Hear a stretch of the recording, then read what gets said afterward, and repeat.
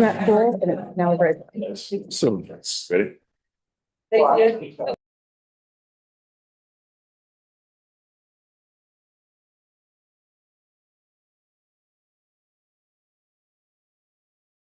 Thank you, Kyle. Okay, only at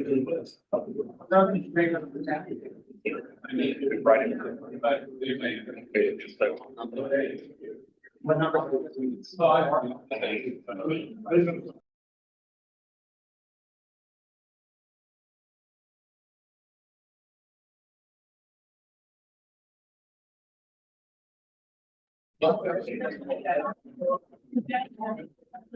Good evening. All right, we're gonna get started here. If everybody, sorry about the seating situation. Apparently, we've been over our capacity according to the fire marshal. And so we're gonna work on that for next meeting, but we can't add more chairs and block the doors. So apologize about that.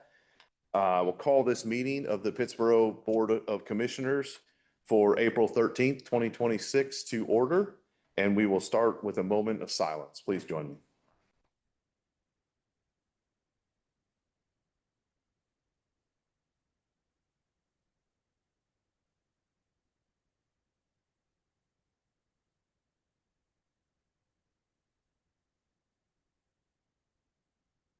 Thank you. Mayor Pro Tem Farrell, will you lead us in a pledge of allegiance? Would everyone rise for the pledge?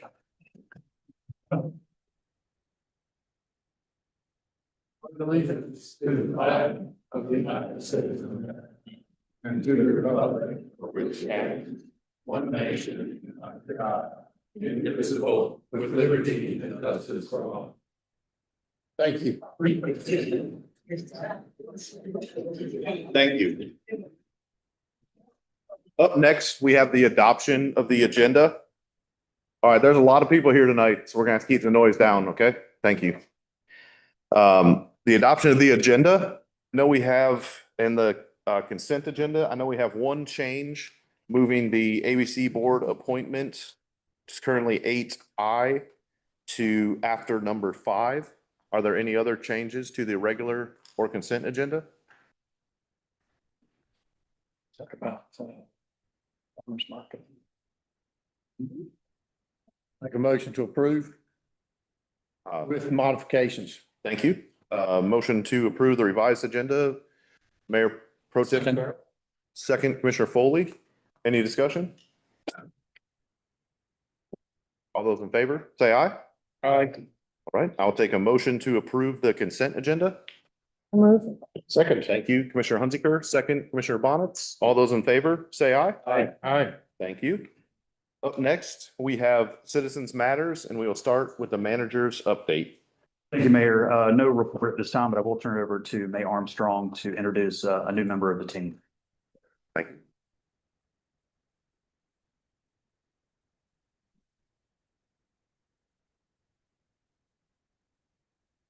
There, Commissioners, I would like to introduce Jenny Reeves. She's our new connectivity project manager, as posted a few months back.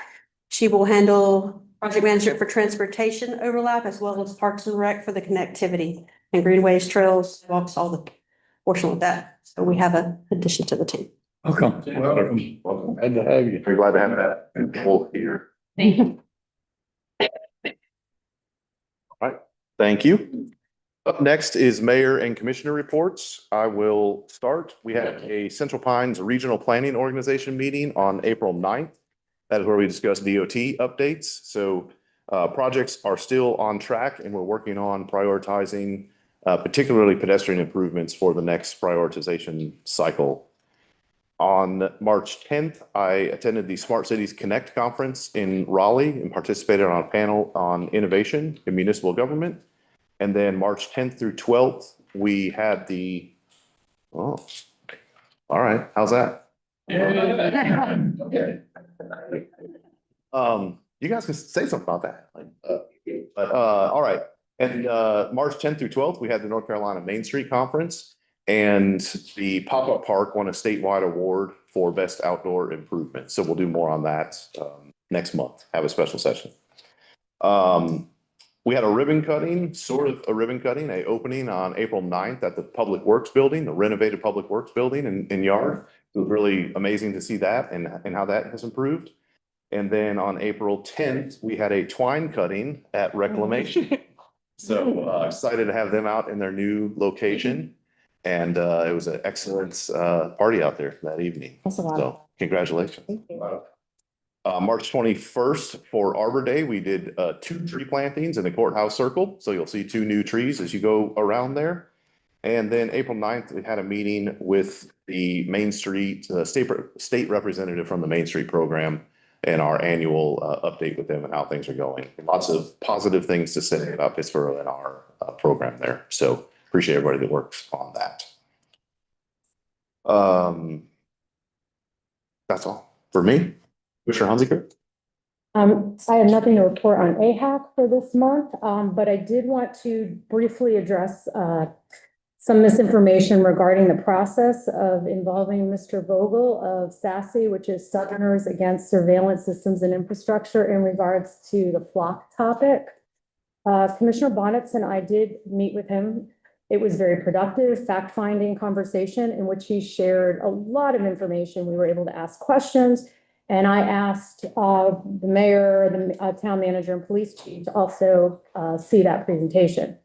Since our March board meeting, the mayor, police chief, and manager have made efforts to meet with Mr. Vogel. Multiple opportunities were extended for him to meet with all of them. Those requests were declined unless the conversations were fully public and on the record. Additionally, the mayor and town manager requested materials to review in advance, and those requests were also declined. And I just want to make it clear to everybody, that's just not how effective fact-finding works. There must be space to ask questions, clarify details, and fully understand an issue before positions are finalized. And that is not a lack of transparency. That is conducting due diligence.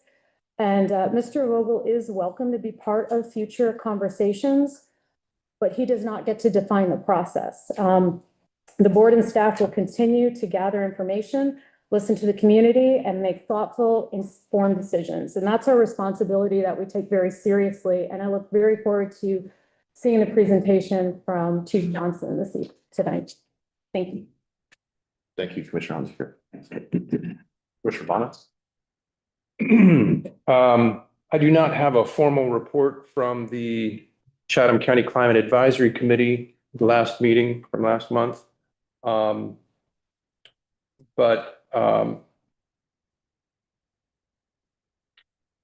think I'm going to pass tonight because I don't feel adequately prepared, but yeah, thank you. Okay, no problem. Mayor Pro Tem Farrell? I attended the ABC board, sales here in Pittsburgh trending upward. I also attended with Secretary of State Elaine Marshall for the small business startup. That was very, Commissioner Thurber and Bonitz were also in attendance. Other than that, the ABC does have a nomination for the board. It's coming up tonight. Thank you. Thank you. Commissioner Foley? Busy month. I attended the Chatham Development breakfast. That is the Commerce Department, Chamber of Commerce, excuse me, on March 24th. That was very informative. Central Pines Housing Seminar on March 18th. I attended Municipal Perspective on Housing. And on the 9th, Commit to Civility Training. And also, I am involved with the Community Development Academy with the North Carolina School of Government, and they're just filling my head on just wonderful things about. I see some nods over there. It's a great class. It's just filling my heads with community block grants, ideas, and how we can improve downtown Pittsburgh to make it a thriving downtown. So that's one more thing that the county has asked me to talk about, and that is, bear with me. On April 23rd, from 4 to 6, Chatham County at the Chatham County Ag Center, which happens to be right here, there's a how housing is made, and it's invited. Everybody's invited to it. There is daycare available if you need it, and translation abilities. So it's just how a community finds the appropriate housing and from start to finish. And that's here, and that's sponsored by the county. So that's it for me. Thank you. Thank you. Commissioner Thurber? I don't have any updates this evening. Thank you.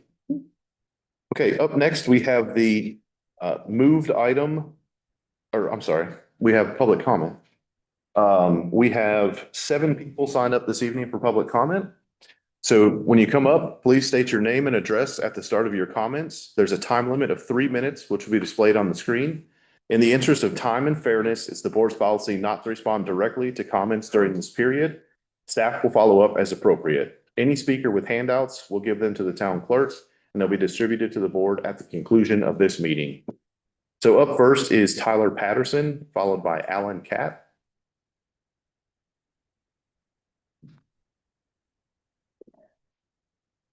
Good evening.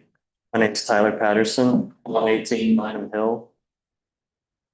My wife and I are both from North Carolina. We're raising our family here, and we're small business owners in this community.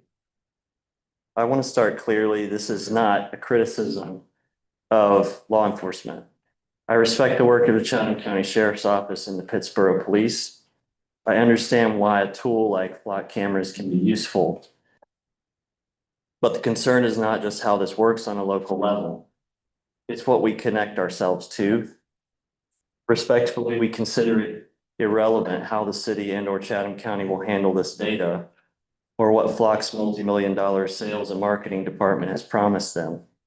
Section 5.3 of the contract gives, through subjective language, ample legal precedent for Flock to quietly back up and sell this footage before the jurisdiction has a chance to follow through on their policy of limited data retention and delete the footage. Despite what we may want to believe, this local department does not and will not control the data or the terms under which the system operates.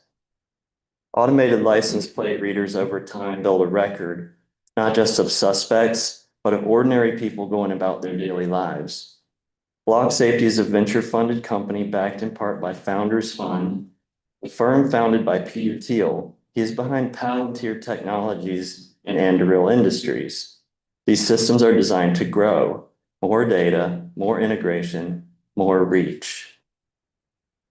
We will hear assurances about how the system works, policies, limits, safeguards, but this is a software platform. No one at that company, no one can tell you how it will evolve over time. They cannot tell you what incentives will take priority. You can't tell how the relationship between the company and its customers will change.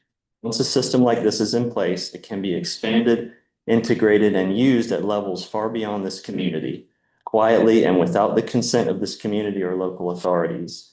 Recognize something.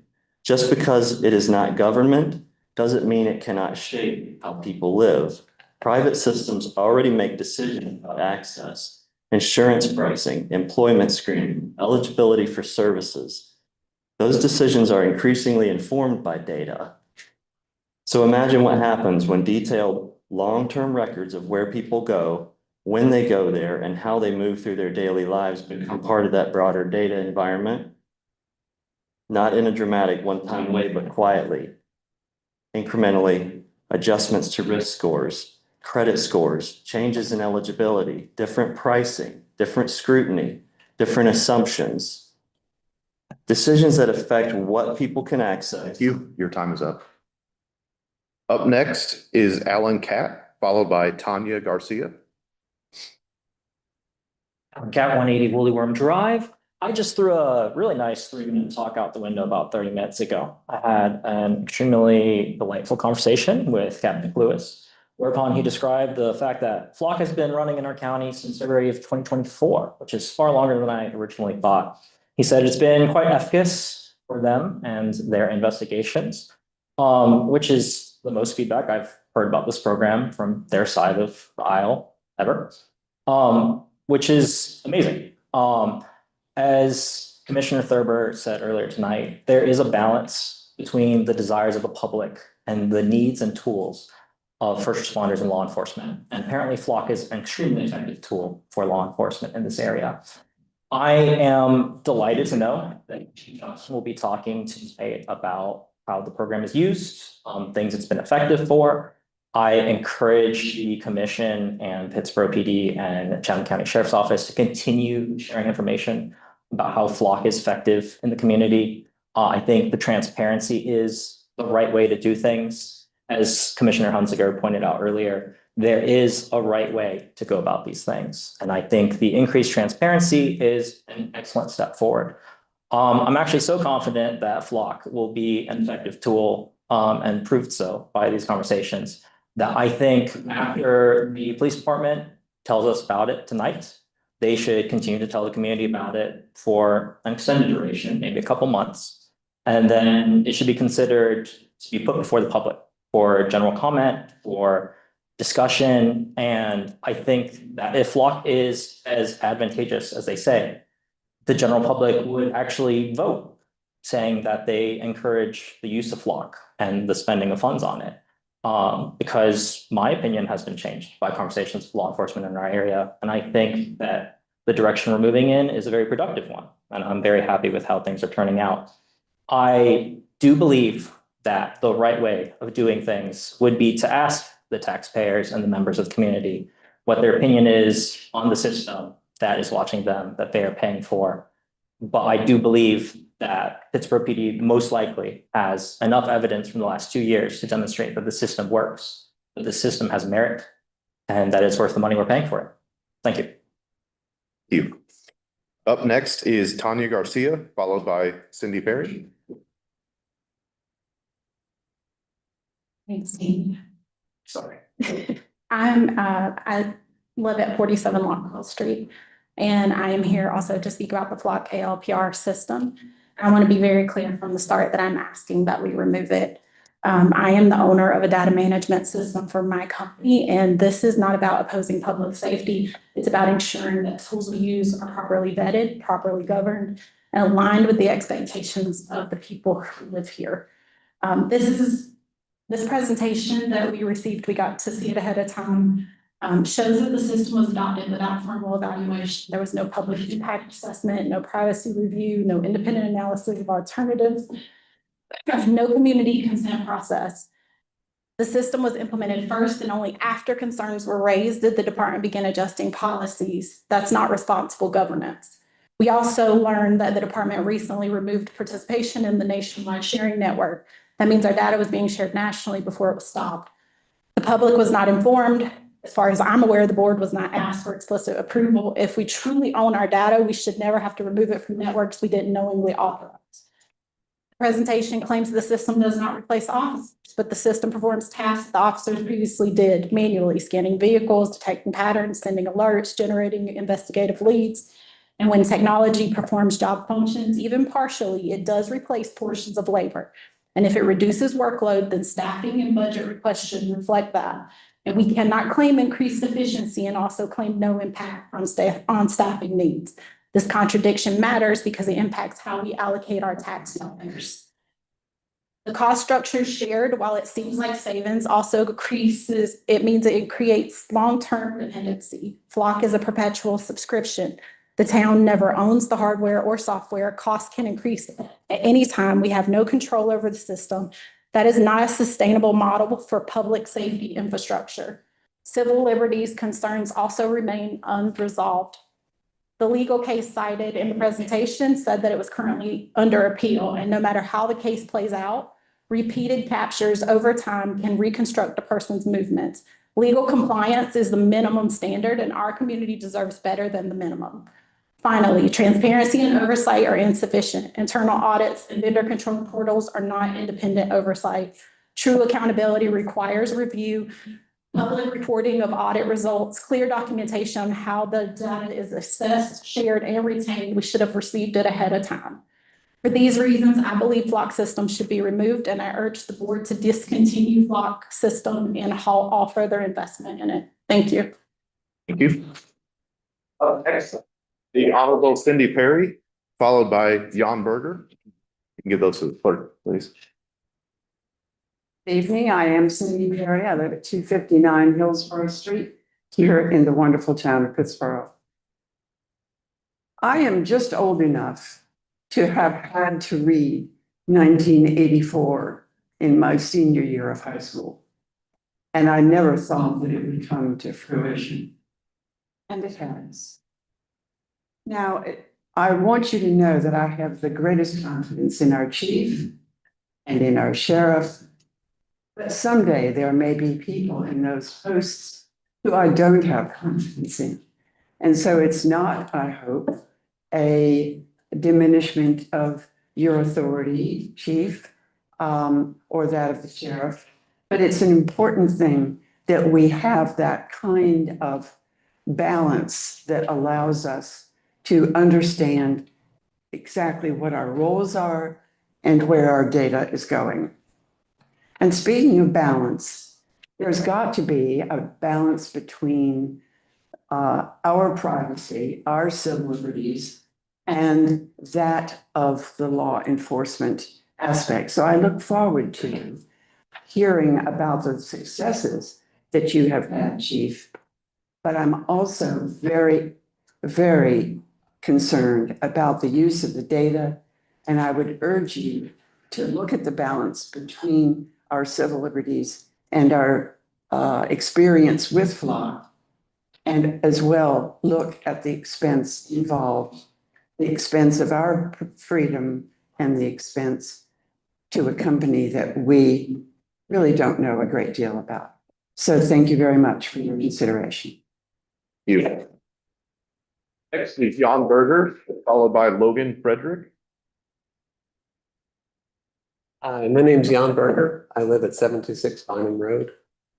And I don't want to take too much of your time. I know that you all have a lot of stuff to talk about tonight. And a whole bunch of our neighbors are here tonight that all are very concerned about FLOC. I guess if people want to stand up, if you're concerned about FLOC, raise your hand so that we know that you're there.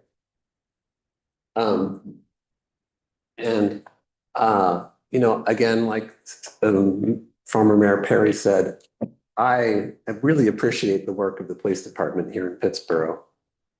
I think people are doing an excellent job. And if they do need help, I would ask the citizens, ask us to help. We can have citizens groups. We can put together citizen watches. We can have a dialogue if that's helpful. But we don't need this third party that we didn't ask for coming in. We don't feel safer having this data, our information shared to who knows what, not even governments, but third parties. And I want to say that the section 5.3 that Tyler was speaking about earlier talks about how during the retention period, FLOC may use, preserve, and or disclose footage to law enforcement authorities, government officials, and third parties. And it goes on about that. But they can basically do what they want with this information that they're getting from us. And that doesn't make us feel safer. So I would ask that you cancel the contract or ask for a vote from us so we can decide if we want this or not. Thank you.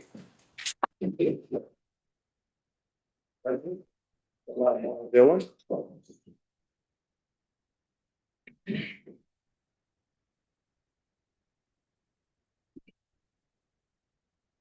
Logan Frederick, 63 Bynum Hill. I am here to speak strongly against FLOC cameras as a resident and in a professional capacity since I work on AI systems. I do medical software. For example, if you or a loved one has been screened for breast cancer, there is a chance your radiologist has used AI cancer detection software that I worked on. So it's my job to gather the evidence that AI systems like this are safe, effective, and resistant to abuse. You can trust me when you say that FLOC cameras are none of these things, but you don't have to because I came with citations. FLOC cameras and other AI license plate readers make mistakes that are already causing real harm. All it takes is a 2 that becomes a 7, and families are traumatized. CBS, NBC, and other news outlets reported an incident in Colorado last year where a misread license plate turned a trip for ice cream into a $2 million settlement. A mother and several young girls, including a 6-year-old, were held at gunpoint and screamed at to lay face down on hot asphalt. Officers did not realize the software confused the plates of a family car with a stolen motorcycle 2 states away. There are many similar stories, but it's important to keep moving to share how these systems are abused. The Wichita Eagle reported a Kansas police chief used flock cameras over 200 times to stalk his ex-wife and new boyfriend. A common rebuttal is that horrifying abuses of power could not happen on our force, but our local data does not stay local. According to the EFF, Texas officers misread the public when they were pursuing a missing persons case and accessing tens of thousands of cameras nationwide. Journalists would later discover that it was an abortion investigation initiated in bad faith by her abuser. Likewise, the ACLU has repeatedly found that outside agencies like ICE regularly obtain local data without public knowledge or approval. And as of just this month, reports are emerging that Flock employees are abusing their positions to view live feeds from law enforcement cameras and private businesses in their network. One man in Dunwoody, Georgia, has published records requests for access logs in his town, showing multiple high-ranking Flock employees accessing cameras they should not, including feeds of people and children in pools, yoga studios, and gymnastics facilities. All this risk of false positives and abuse, and for what? Pittsboro is far below the national average in violent and property crime statistics, including motor vehicle theft. Flock cameras are not justified, they are not safe, and they are certainly not resistant to abuse. They do not belong here. Friends, neighbors, commissioners, I work on AI systems every day. They are powerful and fascinating tools, but they are not the solution to all of humanity's problems. Our area is growing, not cost-cutting. Let's invest in public safety locally, in our people and our community, not a massive surveillance company. Thank you. Thank you.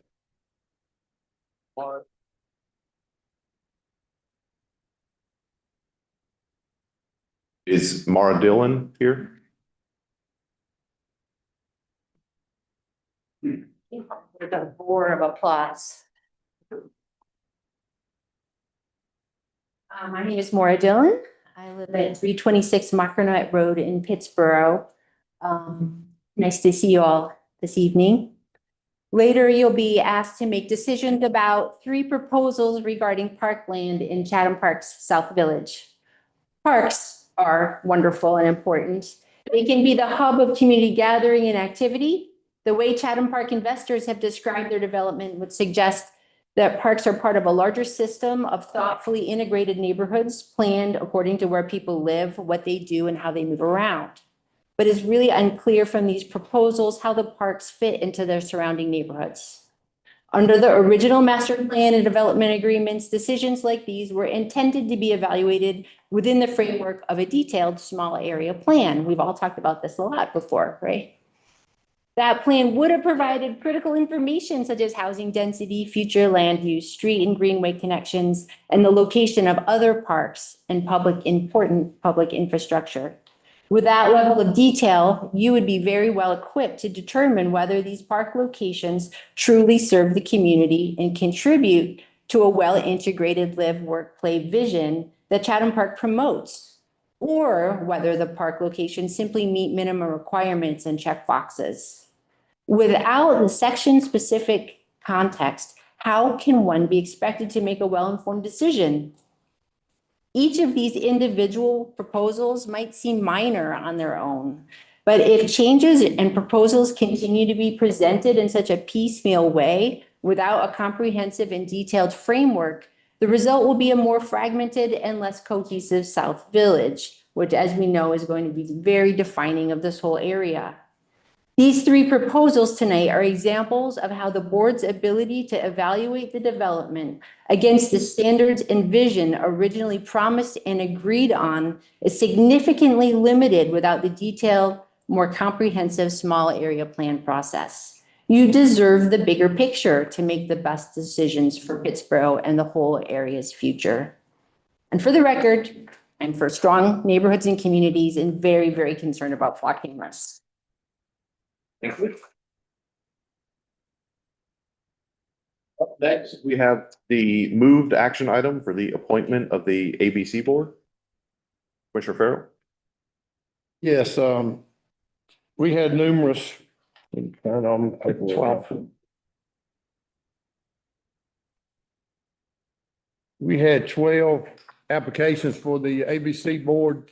Numerous applications that were sent out were for Chatham County ABC Board, so a little confusion there, but the board has came up with a nominee that I would like to make a motion to move forward with William Hartley, sorry, excuse me, Bill Hartley.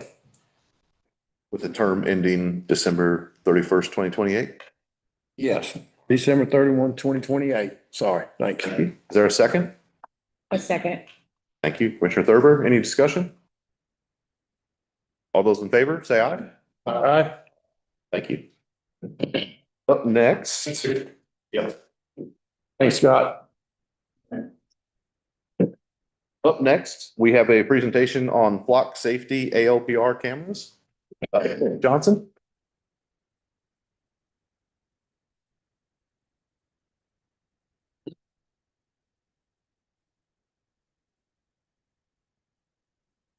I'm gonna have to be going back and forth with my glasses on and off, so. All right, well, Mayor, Commissioners, I appreciate the time to be able to present on this. It's my fault. I guess we should have presented on this earlier to get the information out to the community. I just want the community to know that we have been listening to y'all. We have been diligently working to try and change things. We're listening to y'all, and we want to do the best for what we can do for us and for y'all. So with that, I want to start with the presentation. First thing I do, our objective as any police department or any law enforcement is to deter crime. We know we're not going to prevent all crimes. I'm not going to stand up here and say that we can do it as a human, and I know those cameras are not going to do it either. But what we want is to have all the necessary tools that we can to try to solve crimes if they do occur or when they occur here in town. The town grows, so there's opportunity for crime to occur. With the growth of housing developments, apartment complexes, hotels, all the retail stores and large box stores that we're getting and that are coming, that gives bad actors a plethora of targets to hit. All the housing developments, they're close together. That means the houses are close, the cars and apartment complexes. So we see people come in and they're going from car to car to car to car to break into these, to try to look to see what to break into. The cameras that we're using, they're tools. That's all they are. They're not to monitor people. They're not to follow people. We're just using them as tools to assist us so that when those crimes do occur, we can't rely on home security video or home security cameras in businesses. I've been in this line of business for 32 years. I was a detective for most of the time. I've been to countless homes where they said, well, we've got security cameras, and you go and nothing recorded. I've been to businesses to where they've said, we've got cameras. They go to play it and the cameras don't even work. They're surprised they didn't even work. So this is just another way for us to try to help those. Many times we don't have eyewitnesses, either because it's in the dark of night, or a lot of people, and unfortunately, as society and as a community, people don't want to get involved. People say, people don't want to sit there and say, well, I've seen this or I've seen that. So we can't rely on eyewitnesses all the time. We have to sit there and try to find tools to work. And the placement of the cameras, that's to assist us in our investigations. It's not to, like I say, it's not to monitor any residents. It's not to monitor cars going in. We do not care who goes and when they go. As long as everybody gets home safe, there are no crimes, and we don't even look at these cameras.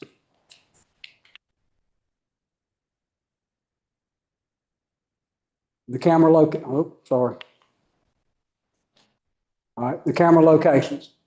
I'm gonna start on the, on my left-hand side here. So at the bottom, that's down at May Farm. The one just to the left of it is in, on Churchwood Lane.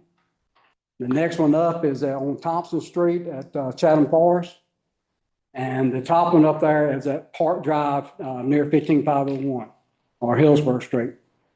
On my right at the bottom, that's Old Rock Springs Church Road. The one on the left is at Lowe's on Lowe's Drive. The one across from it, beside it, is at Powell Place. The one up above it is at Northwood Landing at 15. And the one at the top is Russet Run.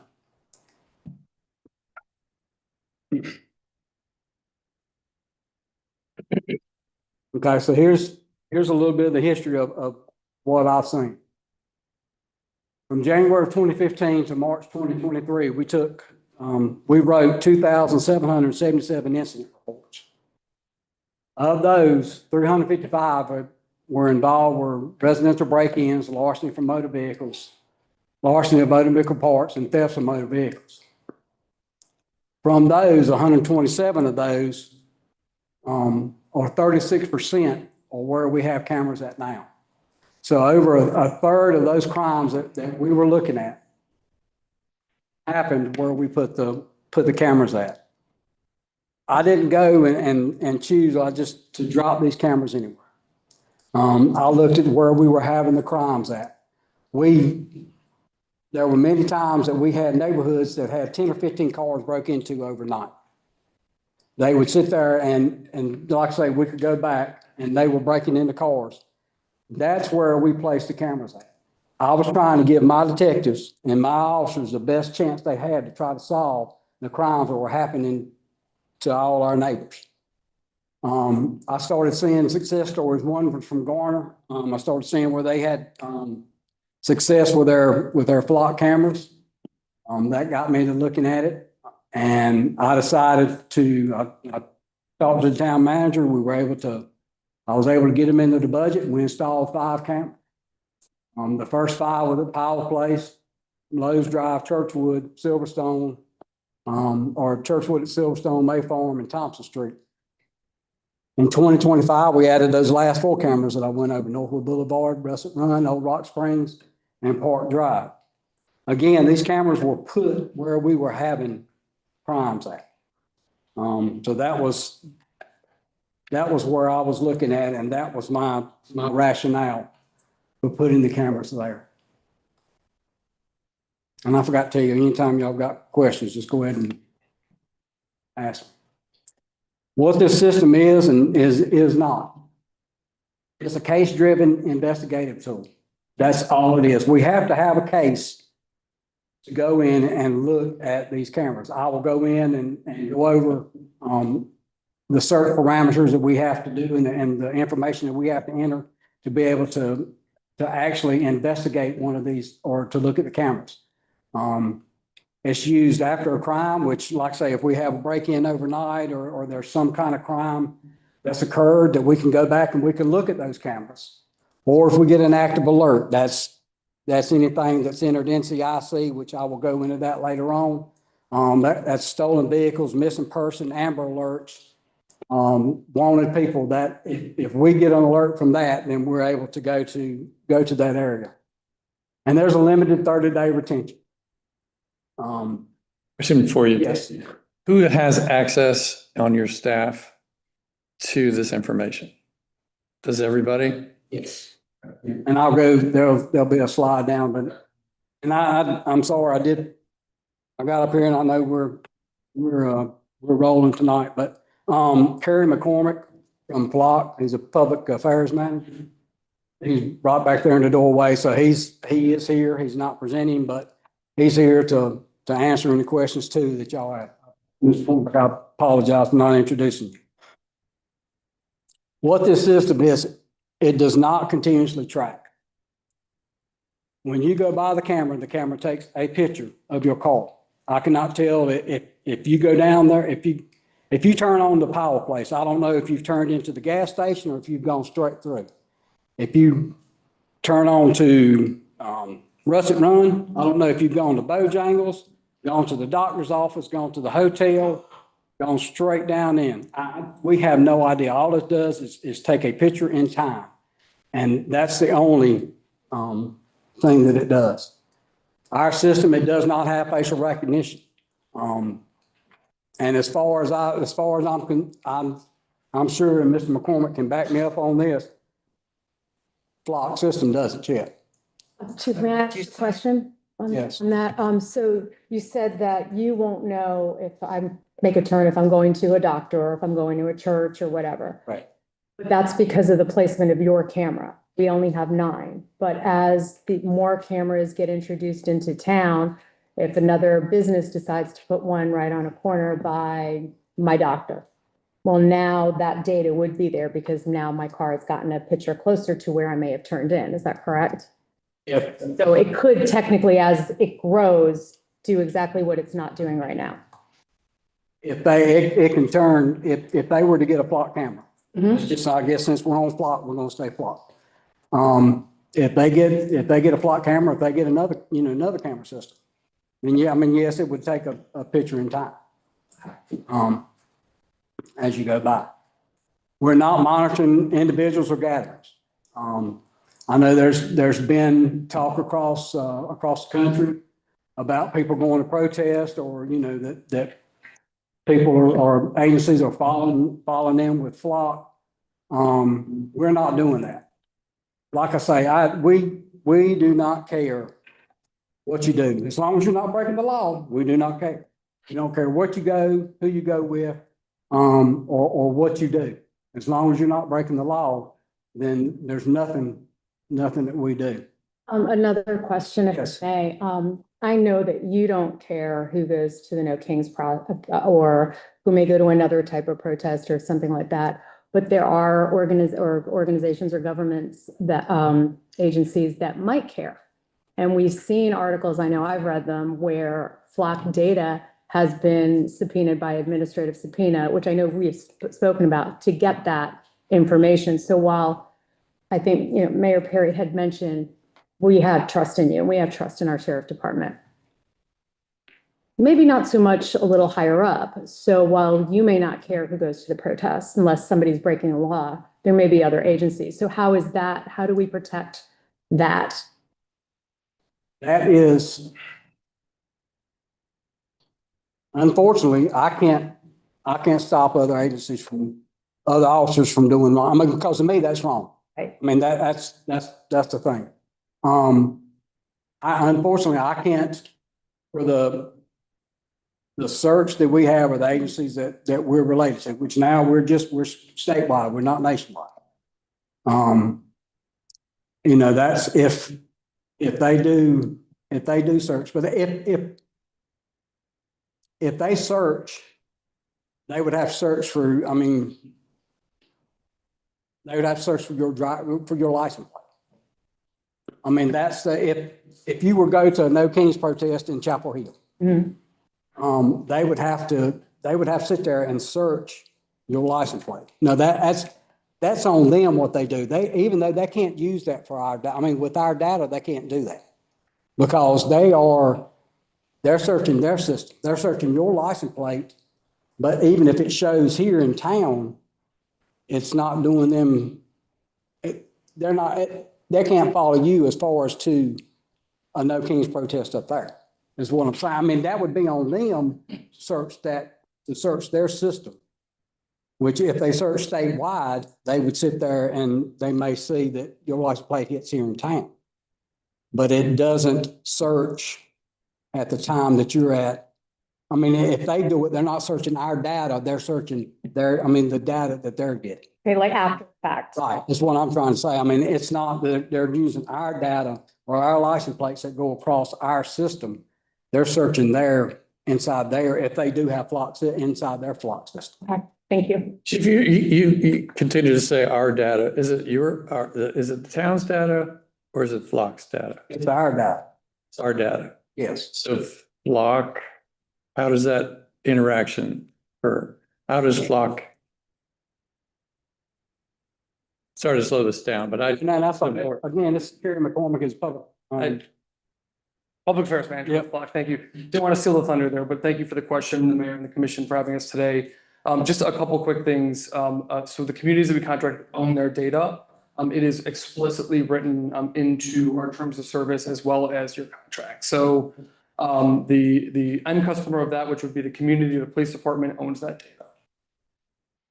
And that's explicitly written in our contracts. Sorry, could you identify yourself, please? I'm so sorry, Kerry McCormick. I'm a public affairs manager at Flat Safety. My understanding the contract does allow for your company to create metadata. So creating lists of the images that are captured and then retained for only 30 days. yes, so there's a 30-day period generally across the country, unless there's a state law that requires a smaller number for each individual customer's data. After 30 days, that data is hard deleted unless it is downloaded in connection to a crime or a missing person. So the way it works is that your police department is going to use it in one or two ways. One is an alert will come to them, and that means that a license plate that is connected to someone that's committed a crime, a vehicle that's committed a crime, or a missing person will drive by a camera. So it's been uploaded in a national or state database or a local database, and it's going to ping your police department to say, hey, that Amber Alert of that missing child, that vehicle just drove by this camera at this location. In that, it would be, yes, the time, the metadata that you're referring to would be the time, location of the camera, timestamp, things like that. The other way it would be used is if retrospectively, your police department can go into the system and search a plate. Importantly, and this is mandatory for all users of the system, they have to put in Commissioner, I think this kind of speaks to one of your questions as well, they have to put in a reason as identified either by a crime or missing person. That is not optional. So they have to go in there and they have to say, I am searching this plate because, you know, it was involved in a felonious assault or a missing person or whatever it might be. And all of that information, one, the officer in the system has a unique ID, so you'll know who's searching it, and it's all kept into perpetuity in an audit log. So if there's ever a question of, we want to know, you know, how the system was used, or the chief has a concern, they can go into that permanent audit log and see exactly how it was used. But that search has to be done in correlation with either a crime or a missing person. And again, if that data is 30 days plus 1 minute, it's gone and unrecoverable. Right, so I want to allow for questions from the board, but also Jordy has a lot of good information in the presentation too. Thank you. So He's doing a good job, so I mean, that's. He's hit some of the stuff that I was going to do. In your thunder. Hey, I'm all for it. We are not using this for immigration enforcement or reproductive care. And I will go into that in a slide or two down the way. I can't stop what other agencies are doing across this country. I can sure guarantee that if somebody messes up here, if somebody does that, then they'll be held accountable. But I can't, like I said, I can't do it from here to California. But I can do it in Pittsburgh. And it's not used for trafficking. We don't go back in. We're not looking to make sure that you've got your tags expired or anything like that. I mean, it's not used for trafficking. There are some road rage cases that we've done, but I would definitely say road rage is a lot different than, traffic enforcement or license plate, issues. This system does not prevent all crime, and it won't make you feel safe. I mean, I agree with people on that. If I could prevent all crime, then I'd be asking for a whole lot more money. We can't do it. All we can do is have the tools that when it does occur, that we have the tools that can help us. I know there were some people tonight that talked about, looking at officers or investigations or trying to do the correlation with that. This system won't replace officers or investigations. This is a tool. I mean, this is maybe AI driven and, it's a computer. I mean, it's data. It needs officers and it needs investigators to follow through with this investment and, with this information. And to verify that this information is what it says it is. Lord help, we all make mistakes and all these computers and everything else that we work with, they make mistakes also, but there's safety play or systems in place for that. Again, it doesn't provide continuous monitoring. It doesn't watch you go. Once you go by past that camera, it takes a photo and that's all it does. It doesn't have facial recognition in it, so it doesn't identify individuals.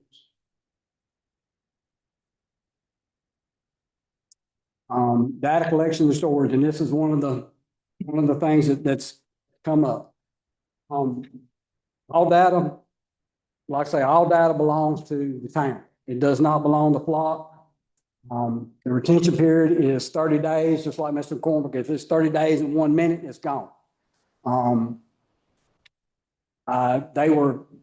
know, our salesman had told us that he's had agencies to contact him that were looking for data from 32 days. They had a crime that was committed and the data was 32 days after that, or before that, excuse me, before that. They thought that Flock could go back and get it and Flock couldn't get it. The data is gone, it's deleted. The cloud-based storage, I know a lot of people's got an issue with that, and Mr. McCormick can probably talk about that better than I can, but it's cloud-based storage.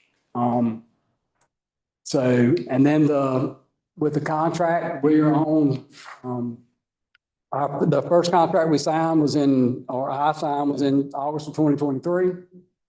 Up under Section 4, data use and licenses, it states that Flock does not own and shall not sell customer data.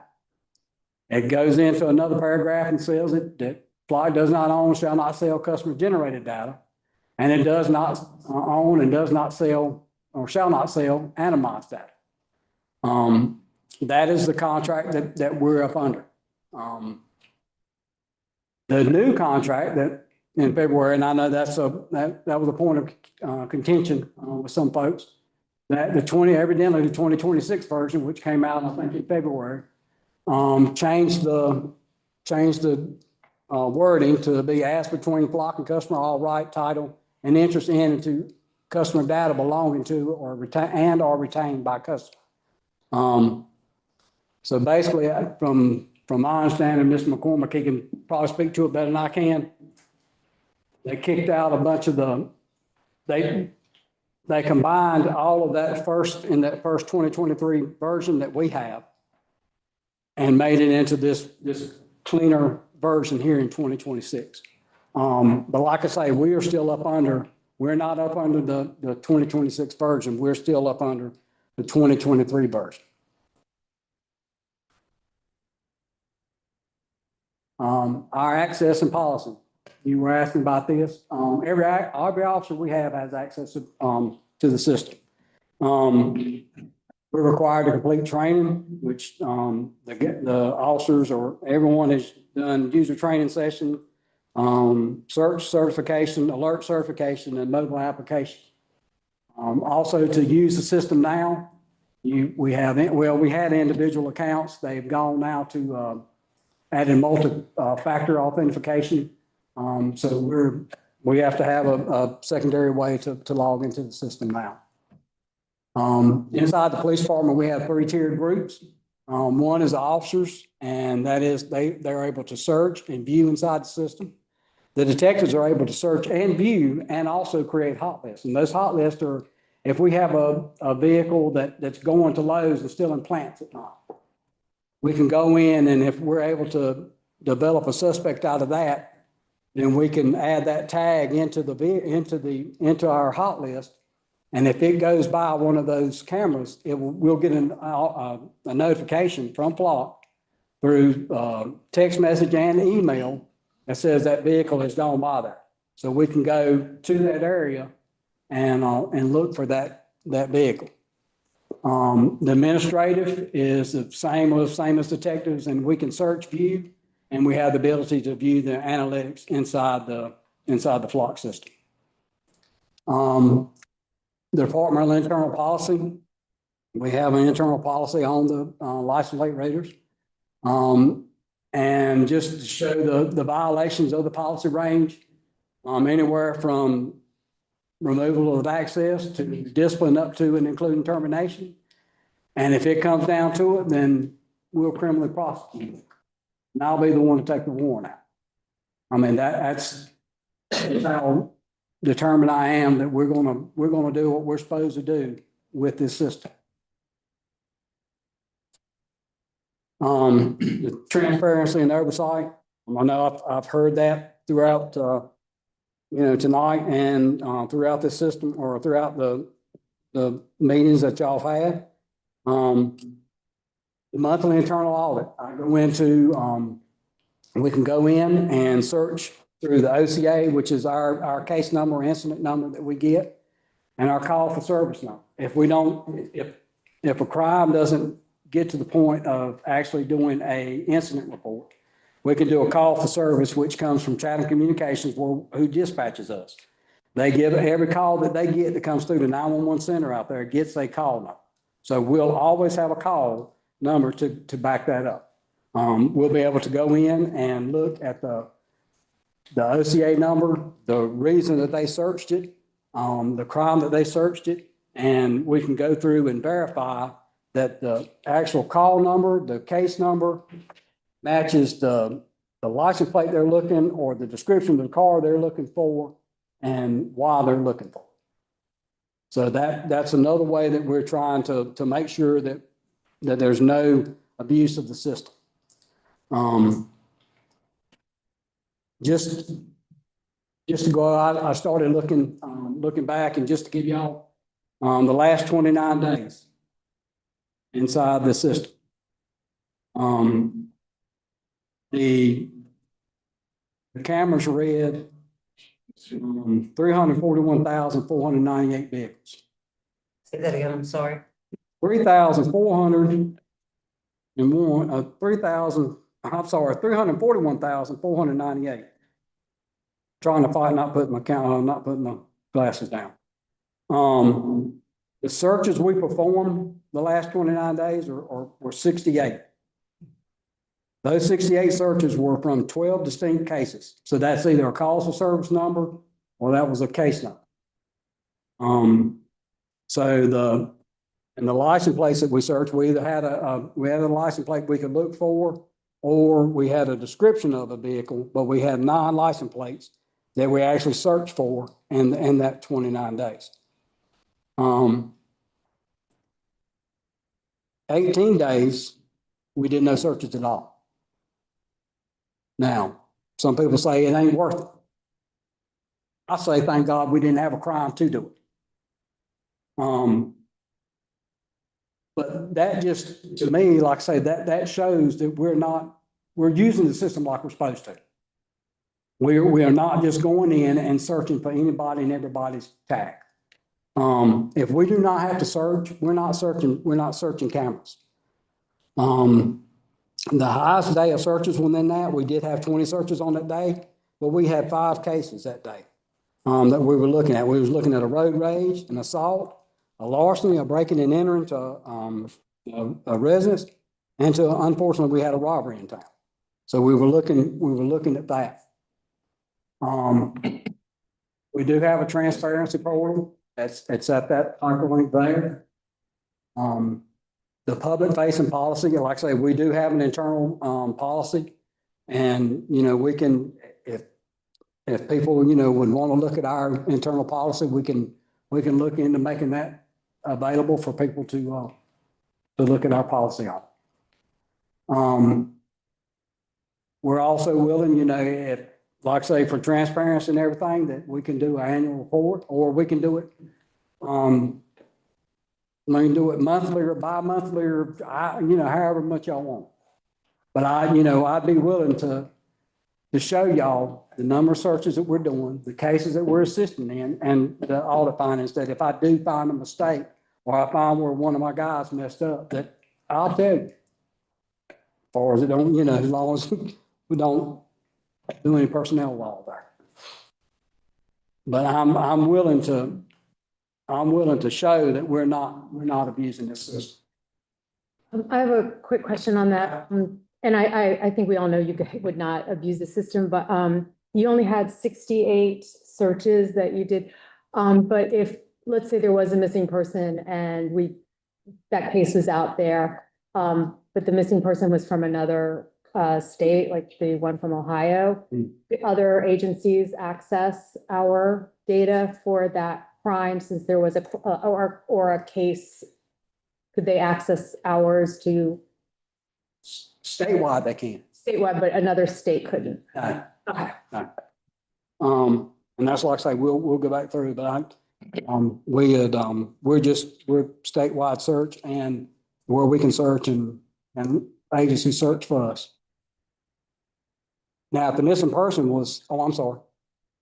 I was just gonna say, now, if the missing person came from here and we entered the plate, then yes, I mean, it would be put in the NCIC as a missing person, and then, that would go out, be pushed out, and then somebody in Ohio, California, if it car runs by a block camera, it would hit on that. But, yes, sir. So, Chief Shorty, when was it that constraint was applied where only statewide searches, where our data were only searchable statewide? Here we go. You just happen to be on the right. I'm sitting there trying to think of, but so, back in, I think actually, our board meeting in December was December 10th, I think, when y'all got sworn in. And we had somebody that night, I think we had two speakers come in and was talking about Plat and their concerns. So I went back in and the next day, I started looking around because,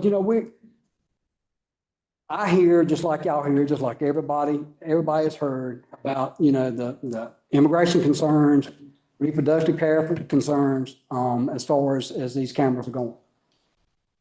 So I started going in and I apologize, and maybe Mr. McCormick knows, but so when we first started, we started in 2024, we were nationwide search. We could search nationwide could search us. But as things have changed here in the country and, continue to change either way, concerns come, and when concerns come, we hear them, So that's what I started looking to see how we could help, or at least, prohibit this use of data. So when I was looking through the system, I found that we could actually prohibit anyone from, if they did search our data, they could not use as, if somebody in Texas said they were searching for an immigration warrant. And they went to search that now, because they've put immigration into the search, that they won't see it, they wouldn't see our data. And that's not to say that, like I say, people do bad. We're human. I know that. And so people will, unfortunately, they'll do things they shouldn't. But they can, if they search for that, they wouldn't see us. So like I say, I changed that to prohibit the use, and that was across nationwide for immigration and reproductive care. As things started going, in February 2026, I went in and I removed us from participation in a nationwide search. So now we're only limited to North Carolina sharing. We only share with North Carolina agencies, and so only North Carolina agencies can search our data and we can search their data. But that anybody outside North Carolina cannot search.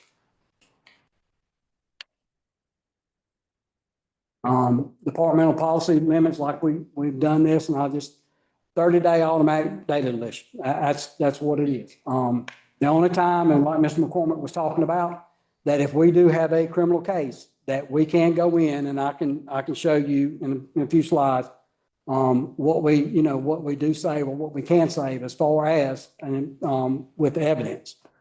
Our search requires, and this is a originated case, which is OCA.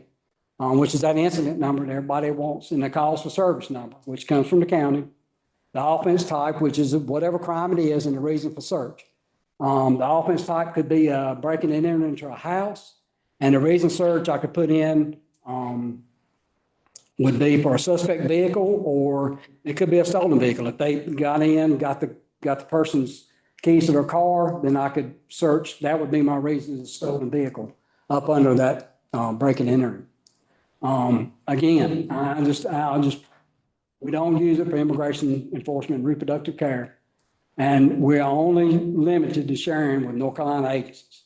And all of those searches inside our system, what we do as a department is logged and audited. And what other agencies are doing is also logged. So I know that when they go in and when some like, if Chatham County, if they search their system, then I can see where they have searched which we're part of their system, would have searched our system.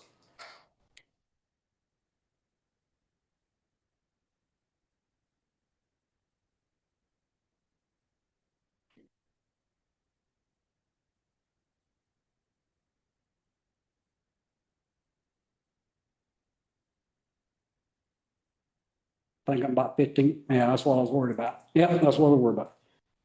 All right. Slight delay here, sorry. Okay, how we use the system. There's two ways that we use the system. It's flock alert or hit. So basically that's like I say, that's a stolen vehicle, wanted person, Amber Alert, something like that goes across or goes by one of our cameras. The flock system is integrated with the FBI's Criminal Justice Information System or Services. That's CJIS, which it manages the National Crime Information Center, which is NCIC, and that's what we enter all our stolen property into, our missing persons, wanted persons, anything like that, and that's where Flock gets their information from. It's once we receive that information, if we get a hit that there's a stolen vehicle that goes by, then we will take that, and the officer will contact Chatham Communications. They will run the tag, and this is where the second, or I call it a second party check, but anyways, this is where our verification comes in. It can run a tag, and for some reason it reads the number wrong. The tag that we get from Flock, or the picture that they give us, we can run that tag to see if it's truly stolen. So it may come back as a 2, like in one of the cases that was talked about earlier. But we can sit there and we can run that tag to make sure that it's either stolen or not stolen. That's the way we confirm it. It's by an officer actually doing that. We don't rely on Flock. We don't get a hit from Flock, go to and just fly up on this car and get out and stop this car because Flock says it's a stolen vehicle. There's checks and balances in place, and that's what we do. If the hit isn't confirmed, then we don't take any action. A couple of weeks ago, we had a car of someone that lives here in town. They work, I guess, in Durham County. Anyways, their car was stolen from work overnight. The car was entered by either Durham City or Durham County. It was entered in and stolen about 3 o'clock that morning. At some point in time, the vehicle was found, I think like 9 or 10 o'clock, that 6 hours later, was found and returned to the owner or to the victim that had the car. That afternoon, when the person's coming home, they drove by one of the Flock cameras and we got a hit of a stolen vehicle. Our officers done exactly what they were supposed to do. We got the hit, we ran the tag did not come back stolen. So then we were like, well, what in the world? So, and then come to find out when we started tracking down, what had happened was, this is what had happened. Now, Mr. Bourne, I don't know when, I guess Flock updates it later at night or if it does at midnight but anyway, so that the system hadn't updated But our officers done what they were supposed to do and were able to verify that this car was not stolen. So we did not get out and deal with this.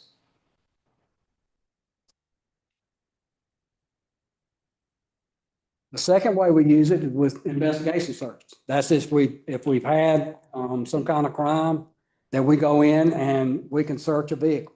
All right. So this, we can either search a license plate or parcel plate. Again, it takes the offense type, OCA or call service number, and a reason why we're searching. We can search for a vehicle make, color, a top rack, back rack, window and bumper sticker. The system cannot read the bumper sticker. All I can do is say that I've got a white Chevrolet Tahoe that's got got a bumper sticker on the back window. I cannot type in, or it did not read, "I love Mom." So we have no idea what that bumper sticker says. I do know it's a bumper sticker on that car. You know, if we have a witness that can narrow down, if I go in and we have 10 white Chevrolet Tahoes that I'm looking for, if I could go in and say, if a witness can tell me that it had a back rack on it and had a window sticker, then I can narrow that down. And all of this, the information that's on here helps us to keep narrowing it down instead of me going and searching for if 10 white Tahoes pull up in Pittsburgh. Me having to run everybody's license plate until I find, actually find a true suspect, that I can narrow that down. And that is one reason, or one thing that I think when people are talking about Flock using our data to make their service better, they're like any company. They're trying to make their service better. If they can sit there and help me to narrow down if their search window and can help me narrow down my search window, then I don't have to go out and search 10 vehicles. I'm searching one vehicle. So the better they can get at the system, the better I think it makes us to where we're not running more tags than we have to. That we're not looking at everybody else's system. We select the camera network that we're looking for, which would be ours. And again, the time frame's 30-day limit. And again, we're not, like I said, searches are not for immigration enforcement or reproductive care. And this is what we get. I ran this tag. So this is on Northwood Boulevard at 15. This is the information that we get. This is the picture that we get. And this is the information if I pull up an investigative summary. Nowhere on there, other than what that car says, tells me that it belongs to the town of Pittsburgh. Flock has no idea who that vehicle belongs to. But the signature in the bottom right corner, what is that, Chief? That is a disclaimer that, and I would, yeah, that's why, and I'm sorry, but I hate to say guess, but what I think that it is, and I've had these with search warrants that I've done with ATM videos or bank surveillance photograph, that basically they're saying that, hey, this picture does not say that this person's guilty of what it's legalese as far as. Okay, that's it's not saying that this is the suspect vehicle that I'm looking for. Okay, fine. I can get y'all I can print another one out and I can get y'all the verbiage. Does it say anything about this cannot be used in a court of law? No. It just says that, like I say, that they can't. It says something that like the information contained there is true and correct, so their knowledge. Right, and that's, it's a legalese on like I say on ATM, that they're sitting there saying that this is the time and what you gave me. And I cannot sit there and say that this is. Gold sticker? Be in the records. With whom? Flock. Flock. Okay.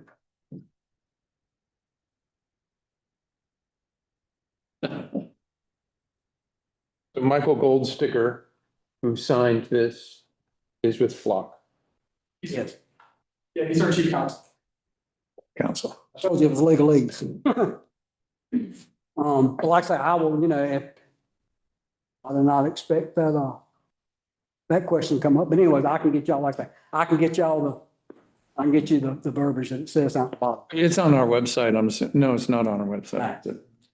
On your website. Is it? You can view it if you zoom into the PDF on the presentation, you can.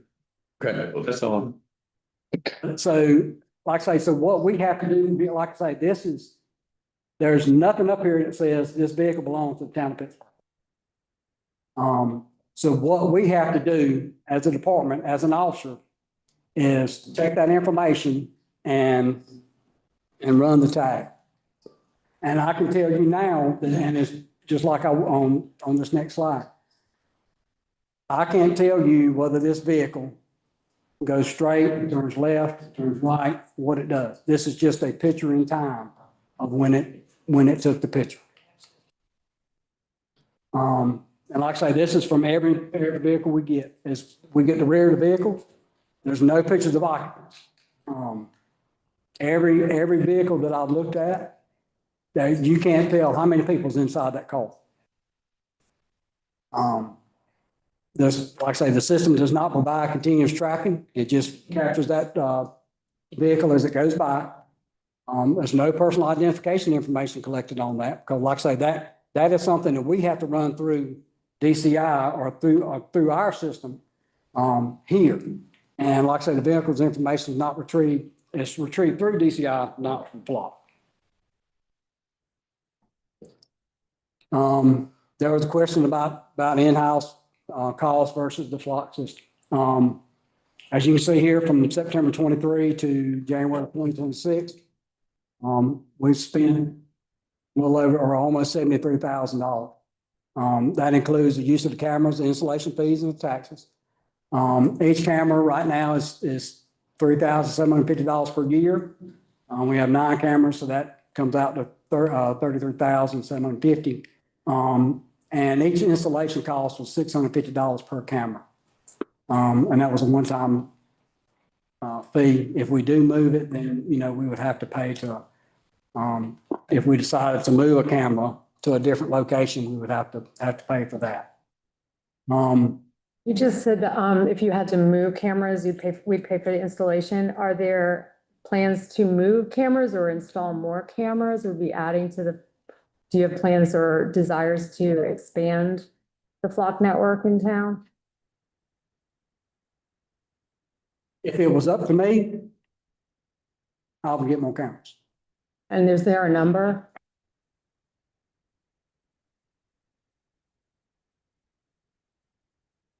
You can get back to us. Yeah, I don't, like I said, I just. Budget year.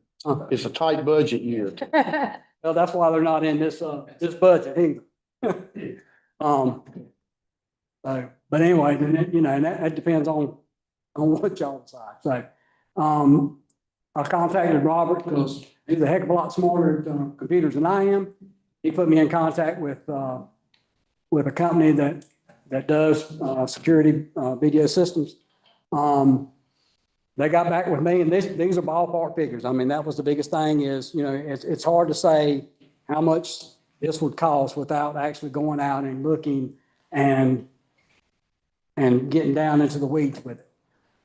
Using a platform like I think Avigilon or Motorola just bought out of Avigilon, so that's but anyways, a Motorola Avigilon system or Ricotta with in-house storage. Like I said, the estimated cost, and like I said, these are all ballpark figures, anywhere from $130,000 to $150,000. And this would be to replace our 9 cameras. So this is at a 9-camera cost. Annual projected cost, he said anywhere from $11,000 to $15,000 a year. We would own the hardware, and we would have the expense of upkeep, upgrading, and whatever storage that we decided to do with that. I did check after I put this presentation together. I went back and I did ask.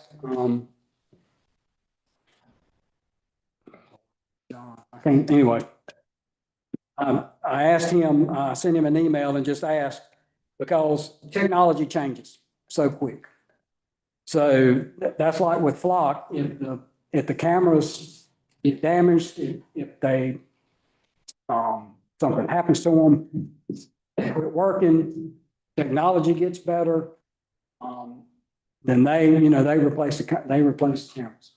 On this in-house system, as technology improves or as the cameras, if something happens with them, then we're in charge, or, we're on the hook for replacing those. He said, looking, like I said, this is all ballpark. It ends up being like 8 to a little over 15,000 per location. The camera only replacement, he said, depending on what camera you got, it could be anywhere from $2,500 to $5,000 per camera. So that's, like I said, that would be another thought that we'd have to have is down the road, how long do we think, if the cameras would last, and then look to replace those cameras in the future. So.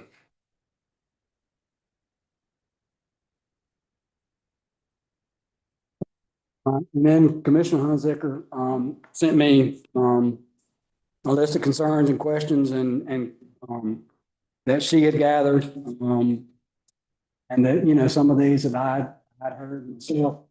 Our cameras do not have capability of not used for facial recognition.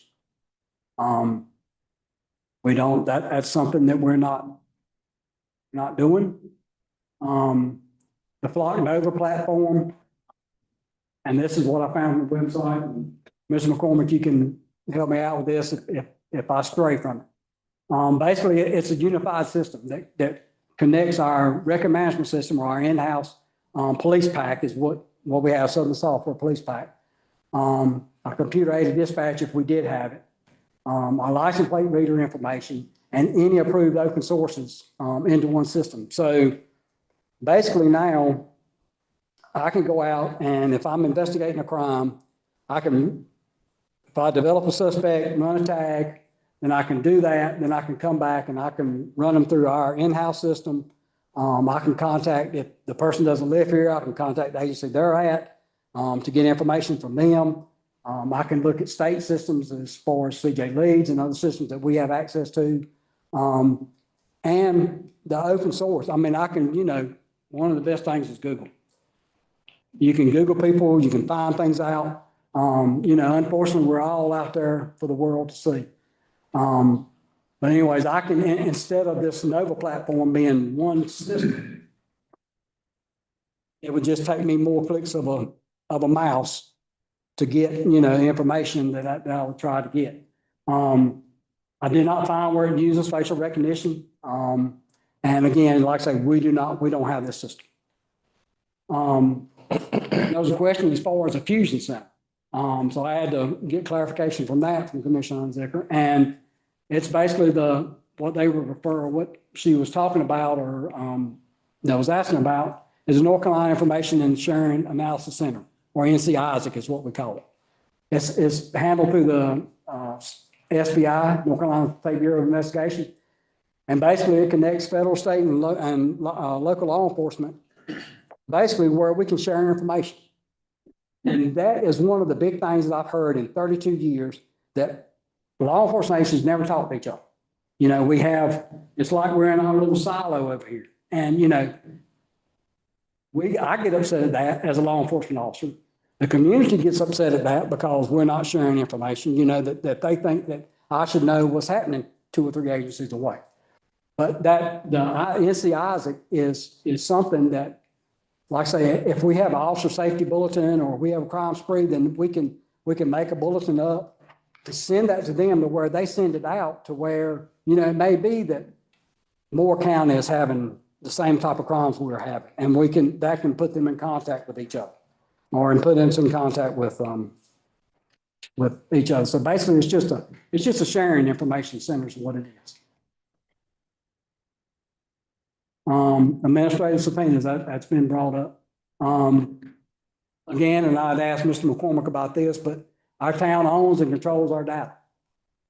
If Flock receives a legal document, then Flock directs that sender or requester to us. We are the customer. We're the ones that own that data. If the sender requester objected to contacting us. Then Block would work directly with our customer's legal team, Mr. Messick, and to address a request. And I am not aware of any requests that we've had for any of our data from the federal government. So I don't know of any administrative subpoenas since we've had the system that's come in. Another sticking point has been the perpetual use of data in the contract. Basically, the customer gives Flock the right, or we give Flock the right to use and distribute anonymized data to improve their services. Again, some people have concerns about that. Again, if the data that we're providing them is deleted in 30 days, so it's gone, but they can use that to improve their services, then to me, I think they should be able to use it. I mean, that's just like it's anything we have. It's your phone, your computer, anything you have a problem with, they're gathering data from you to try to make their services better. Businesses across the world are trying to take the data that they gather or the service that they provide their customers and are trying to do better than they did yesterday.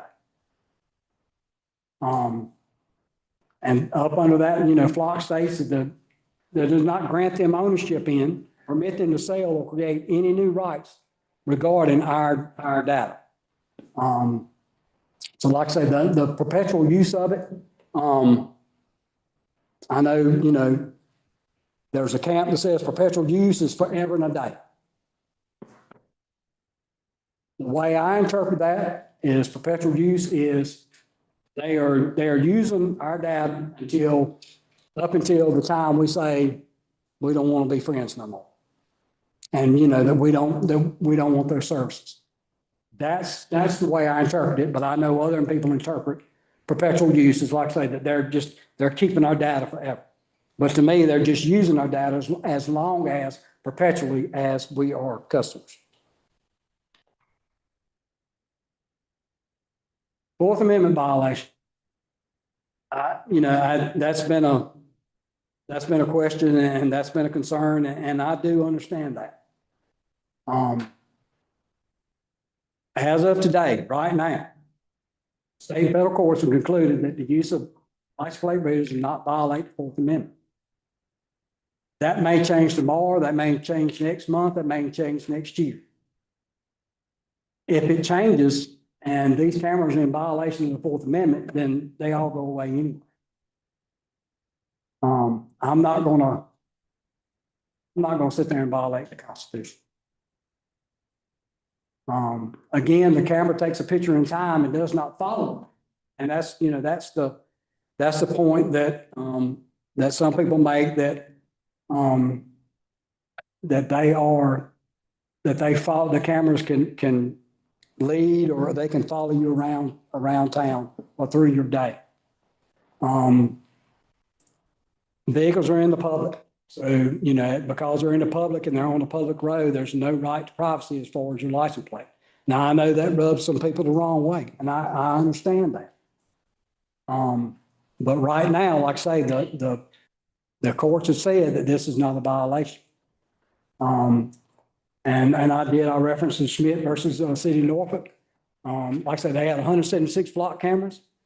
They've got 2 plaintiffs where one vehicle was recorded 475 times and the other one was 325 times that the pictures were taken. And the presiding judge in that case said that the plaintiffs could not demonstrate that flock cameras were capable of tracking the whole of a person's movements.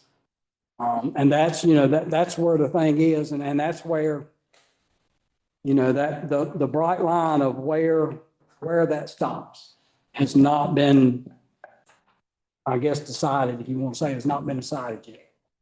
And the plaintiffs do plan to appeal to the Fourth Circuit Court of Appeals. So we'll see where that goes from there.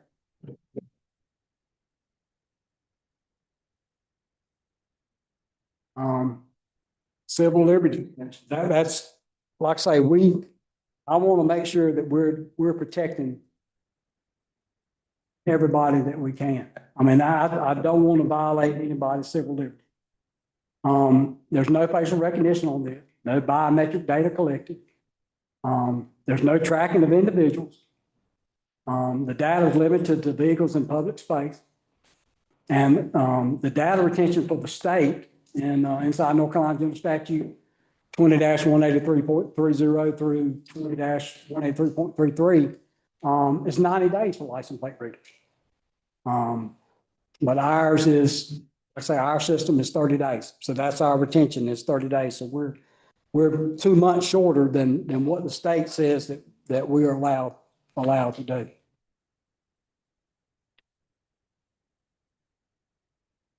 Some cases solved by FLOC. We had a missing person from Ohio. He was missing 11 days before being found here. He had come in, he had actually was going to Kentucky Fried Chicken one night and went by the camera and was found. Like I say, he had been missing for 11 days. And if we didn't have that camera, then I mean, he wouldn't have been found then. Our FLOC helped us solve a person that was a missed person from Salt City. We had a condition hit by a vehicle in Lowe's Home Improvement, and that we were able to use the FLOC cameras to solve that crime. We had a person having a medical episode. They were found with a child and able to get the needed medical care through the use of our FLOC cameras. People always focus on, well, these, are solving crimes and that no crimes happen here and that it's not worth it. But those top 4 there, I mean, that's as far, how do you put a price on finding those folks or getting that person the medical need they have? We had 2 suspects that were involved in B&Es and motor vehicles. Financial fraud with cases from anywhere from all the way from Florida to Virginia that we were able to solve they were actually staying here in town. So we was able to help clear up cases from all up and down the East Coast. We assisted in verifying information in the sexual assault case. We had assault by pointing a gun case at Lowe's Foods. That person, they came in and got into a confrontation with somebody inside of Lowe's Foods and pulled a gun on the person that they got involved in Lowe's Foods. So we were able to go back and within 4 hours was able to identify the person that pulled the gun on and take a warrant out on that person because of this. We also, some of y'all, I'm sure that the case that we had Friday with the human trafficking and the unlicensed massage spa case, we were able to help use that with the help of FLOC to be able to help get enough, start getting evidence and gather evidence to charge. So these are, it's not just we're looking for every stolen car or coming through town. These are cases against people that we're also solving with these. It's helping us. I wish I'd put these on the opposite side, because anyway, I'm gonna start on my right, or I guess y'all's right too, the incident status category. We had 72, so we looked up and we've had 72 incidents, 72 cases that we've used FLOC for. I will talk to y'all about so over on we've got the closed for arrest, which, that's if we arrest somebody out of it. Closed by exception or other means, that has some different connotations to it. One of those, if the victim refuses to cooperate, sometimes that we go in and we're able to identify a suspect, or maybe we're not, and the victim, decides that they want to either drop the case or that, basically they needed a case number for insurance purposes. But anyways, that they decided to drop that. Sometimes the district attorney decides not to prosecute. I've seen that happen where, if we have a suspect that's charged in multiple counties, multiple jurisdictions, that the DA's office may decide not to prosecute here because they're being prosecuted in Lee County or Orange County. So that, sometimes that they're not prosecuted here, but that's the way we close it out. This also happens with juvenile offenders where, sometimes we have to close it out. We're not arresting the juveniles, but we've solved the case. But the only thing we can do is a juvenile petition or refer them to some court issued therapy. So we're not, like I said, we're not charging, not arresting a juvenile. So that's the way that gets closed. Or we just don't have enough information. The case goes closed and we have to close it. That's basically what it is. Then back on my left, the types of incidents cleared by Plat. We had 37 incidents were cleared, and that runs the gamut of the cases that we saw, that we were closed. So basically we were, out of those 72 we had, we were able to close 37, so just a little over 51% of those cases. How's that compare to your other clearance rate?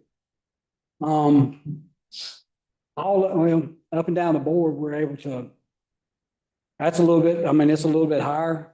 Because it's, luckily we had the cameras, we had evidence, we were able to gather, because a lot of times we just don't have, we have the crimes, but we don't have the evidence, or the leads that we need to try to follow those up. This goes, I went back through, and I looked at incidents that we had. Now this, I will say that this 72 up under the January 24 to December 25. Now this is different than that 72 over there. So like I said, this is just a totally different, different number, different slide on that. But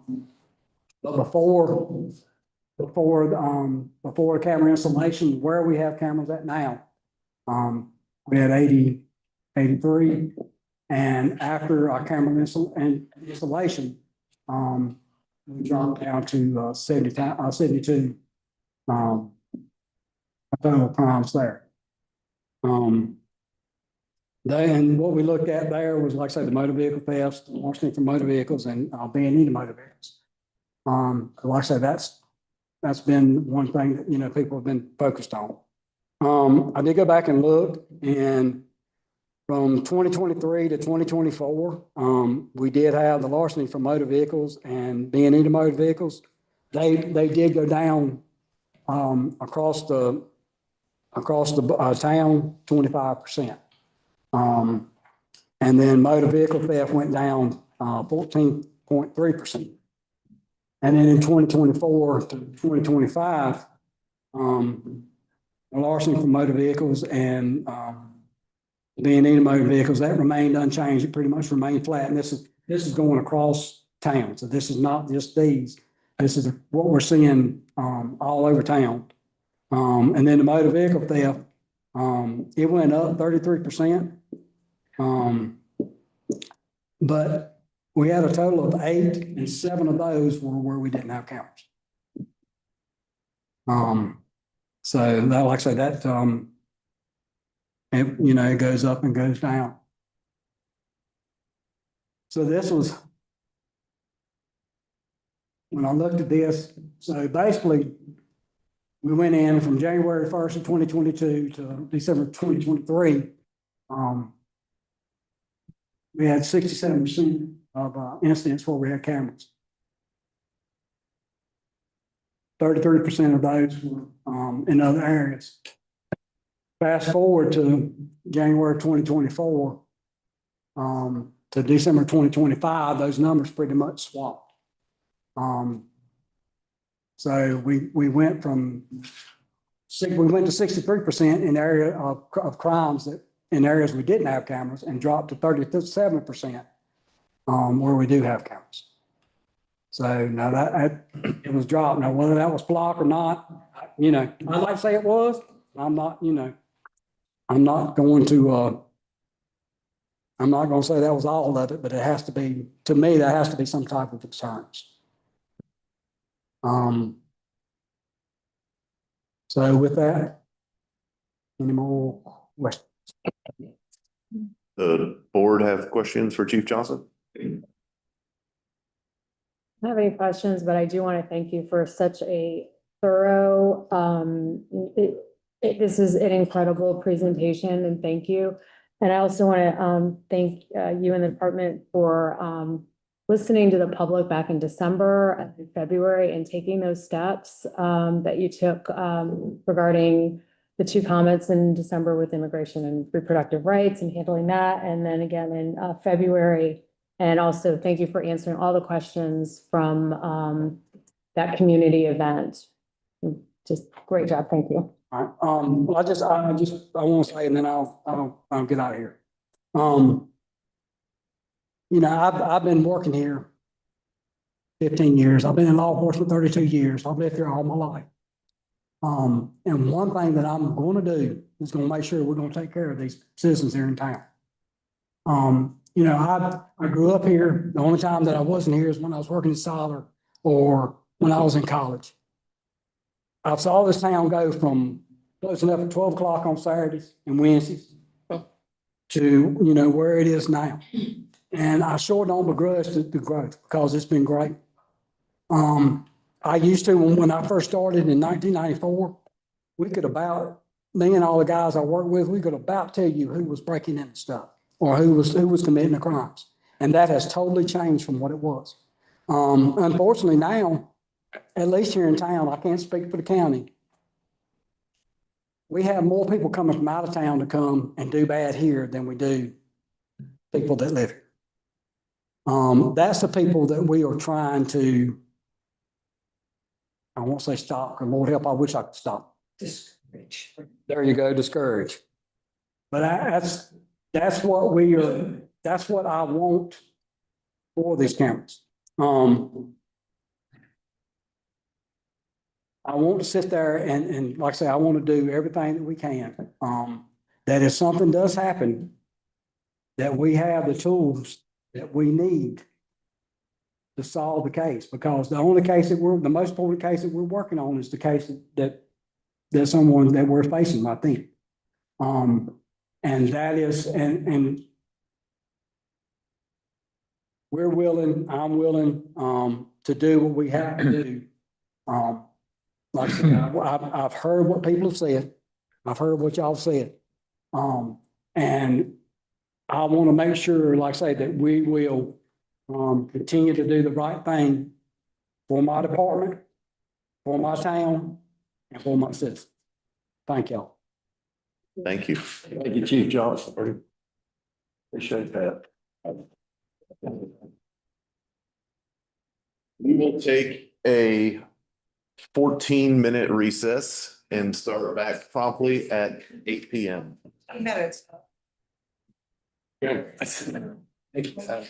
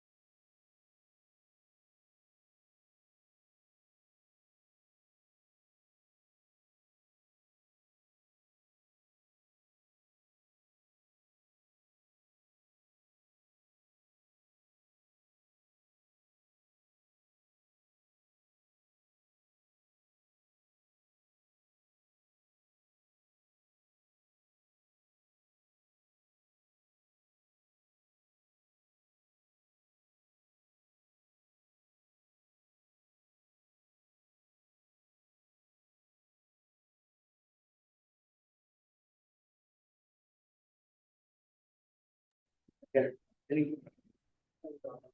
right, we are back in session. Up next, we have an annexation petition for Chatham Community Church, A 2025-06, PB 25-678. I'll take a motion to go into the public hearing. So moved. Thank you, Commissioner Foley. Second, Second. Commissioner Farrell, all those in favor, say aye. Aye. Hey, good evening, everyone. The applicant Rachel Matthews on behalf of the Chatham County Church is seeking a voluntary annexation for this property located east of Sanford Road and south of Montegur Pittsboro Road. The parcel is 5.076 acres and is currently zoned residential and agricultural. Planning staff recommends approval of this annexation petition. Now, happy to answer any questions? Yeah. Thank you. Are there any questions? I just want to confirm that the church does own the property. And we've gotten some public comments in, and I just want to confirm that they now own the property and that we're not setting any precedents for approval without ownership. And also, could you just confirm for me what annexation allows them to do versus what it doesn't allow them to do? Sure thing. So the applicant is here to confirm, but as of March 5th, there was a recorded deed for this parcel. So I can have them confirm after I answer the other questions if that's okay. To answer your second question, moving forward, staff is going to be working on procedures with the annexation process to ensure that this moving forward is more thoroughly reviewed and doesn't become a precedent. So this is not a precedent moving forward. Thank you. Yes. And for the third question, because this parcel is currently in our ETJ, and in order for future development to occur for services, water, sewer, this property would have to annex into the town's corporate limits. So at some point before the approval of the construction drawings, we would want to see this process. Great, thank you. Thank you. We have one person signed up to speak at the public hearing, Rachel Matthews.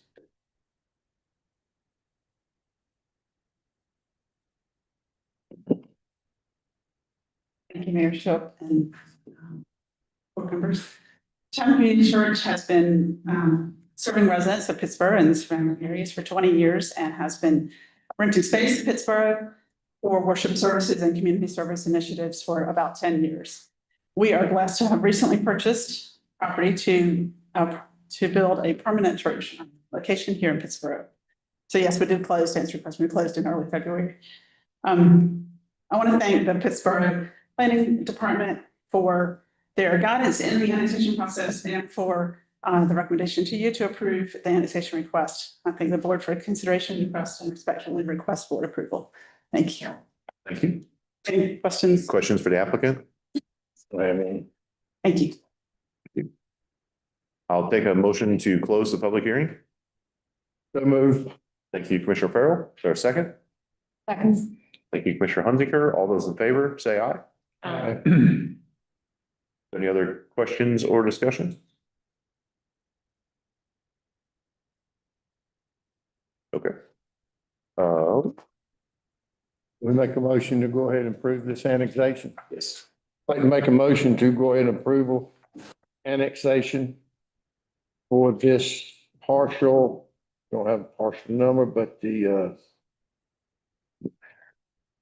oh, okay. I'm sorry, I'm on the wrong paper. Too much. Motion to adopt the ordinance. Sir? Make a motion to adopt the ordinance that's in the agenda package. Thank you. Is there a second? Second. Thank you, Commissioner Bonitz. All those in favor, say aye. Aye. Any opposed? All right, thank you. Up next, we have a public hearing for PB 25624 Womble Tract Major Residential Subdivision Preliminary Plat. I'll take a motion to go into public hearing. So moved.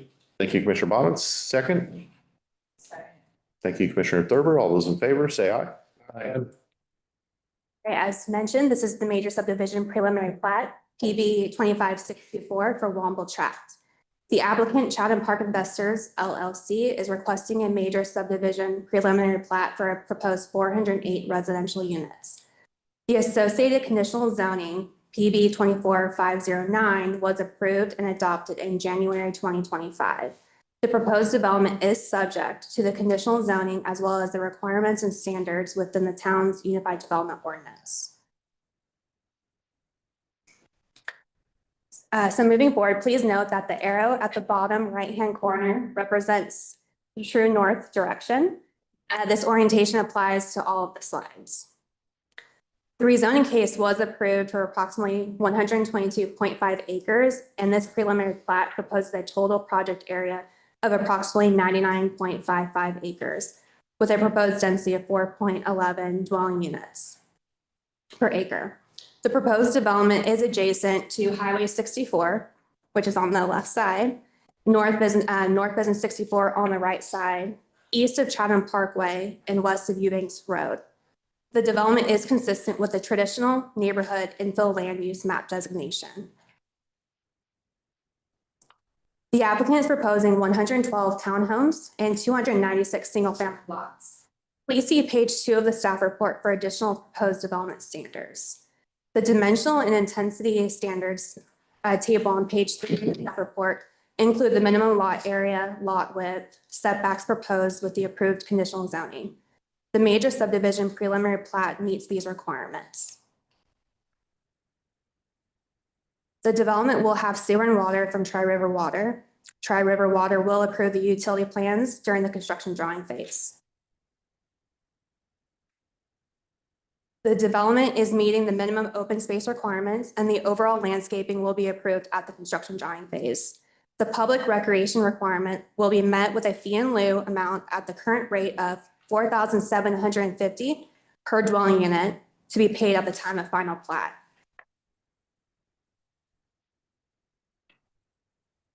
This subdivision is proposing access from Old Providence Way and Oak Lawn Avenue. There is also a stub street provided to the east. The project will provide a 10-foot multi-use path with a 20-foot easement, 5-foot sidewalks on both sides of the internal streets, and approximately 4,270 linear foot paved public greenway trail. The TIA has been reviewed, and per the requirements in the TIA, north and southbound turn lanes on Chatham Parkway will be installed.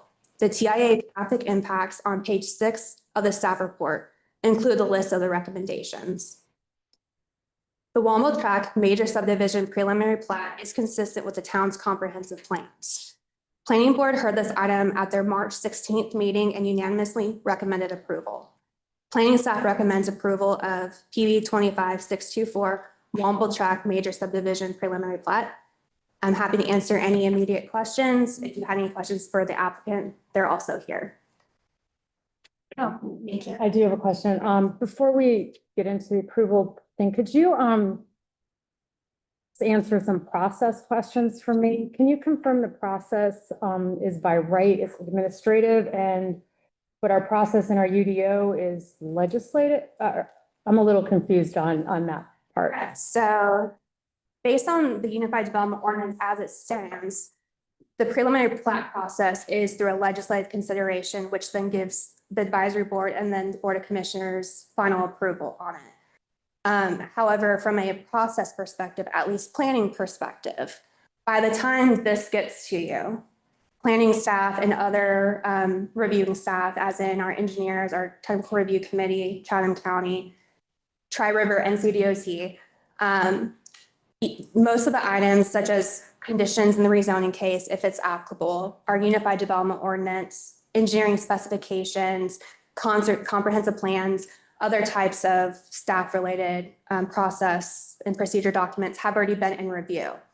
And basically, we're ready for approval of this. We're just waiting on the board's recommendation because it does have a legislative consideration as part of the Unified Development Ordinance as it currently stands.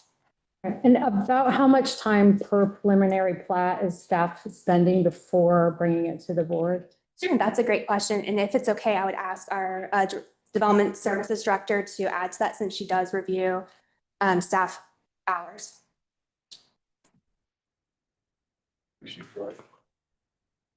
So for the overall process, staff hours, you're looking about 240 to 280 hours, and about 80 hours of that is to get it to the board after it's gone through the entire approval process. Presentation, documentation, approval steps going through the process, the presentation here, staff's time here, all that's included. So it adds 80 hours for this piece itself. Would it be advisable that we revise the UDO to match administrative and not bring the preliminary plats? That's something. I think that it might be worth discussing with the board. Obviously, it's your direction and your determination, since right now it currently is a legislative consideration. I would, give it up to your direction, but it's something that staff is willing to evaluate, research, and determine with the UDO amendment if it is staff administrative and what that process looks like. I don't know if that answers your question or if you need more information. And I just have one final question. Last time, Commissioner Thurber asked a question like at what point can we recommend anything? And kind of we can't. So could you, where do we make recommendations? And Sure, that's a great question. So typically at the conditional zoning, the rezoning process, when staff and the applicant when staff reviews the conditions that the applicant proposes, we obviously will review it for certain standards on a case-by-case situation, depending on what is adjacent to, what are any environmental impacts or restrictions, et cetera, et cetera. And when the board is in review of it, that is at the time where you'll be making a recommendation or suggestions or ask for additional conditions. And that is up to the board, since this is a legislative consideration, to ask for that. So around that time, if there's anything extra from a transportation or site-related element that you would like to see moving forward, that's when staff at the development stage would review those approved conditions and ensure that is part of the process of being met, if that makes sense. And I'm happy to clarify. Yeah, can you give us an example of that? Let's say we have a 20-acre site in the town of Pittsburgh. And we have a developer who wants to follow the rules and instructions. Where is the board in that loop? From a rezoning perspective or from a general perspective? From a general perspective, let's go there first. Well, obviously it would. Are we kept in the loop? And to add, I can have May jump in as well, but typically for a rezoning, that is where you'll be getting it on the packet. So if it's So a week before presentation. Correct. It's the first time that you reach out to us. If it's part of a rezoning process, if it's permitted by rights, as in it's meeting the current zoning district, so wouldn't have to go through the legislative procedure. That would be more administrative staff would review, and you wouldn't see that till a packet at this time. So it would be about the same situation, but it would be up to the board, I think, how. To reach out to the staff and say, what's coming up? I think there could be more communication and obviously internal discussion related to how the board is notified of the process. But I would let May jump in to If I can make a suggestion here, we're in a public hearing for a specific preliminary plat, so. Well, it was mentioned, by.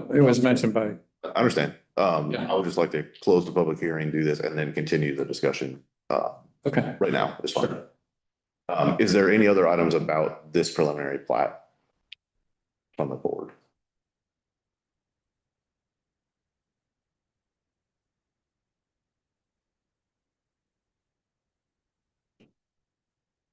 Okay, I'll take a motion to close the public hearing. There's no one from the public sign up to speak. I will take a motion to So close moved. the public hearing. Thank you, Commissioner Foley.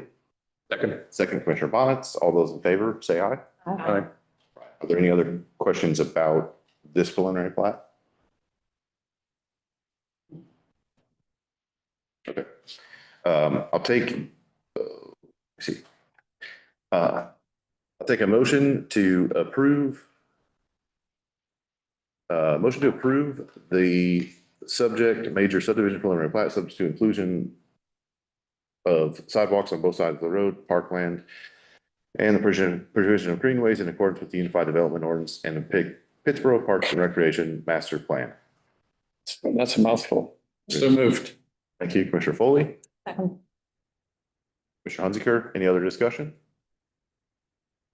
The only thing that I'll offer in discussion is gratitude to Commissioner Hunziker for raising this question of board legislative oversight of preliminary plats. And the example that I'll offer is, as this comes to the board, despite the fact that I know it's preliminary plat and this is basically a moot issue, I am drawn to ask, where is the commercial? When I see 400 plus units in a neighborhood, I want to know where I can get a cup of coffee. I want to know where I can get groceries within walking distance. But recognizing that that's moot, I'm going to set that aside and call the question. Okay. All those in favor, say aye. Aye. Aye. Any opposed? All right. All right, let's go back to preliminary plats. To answer your question, I would like their development service director to potentially add to that.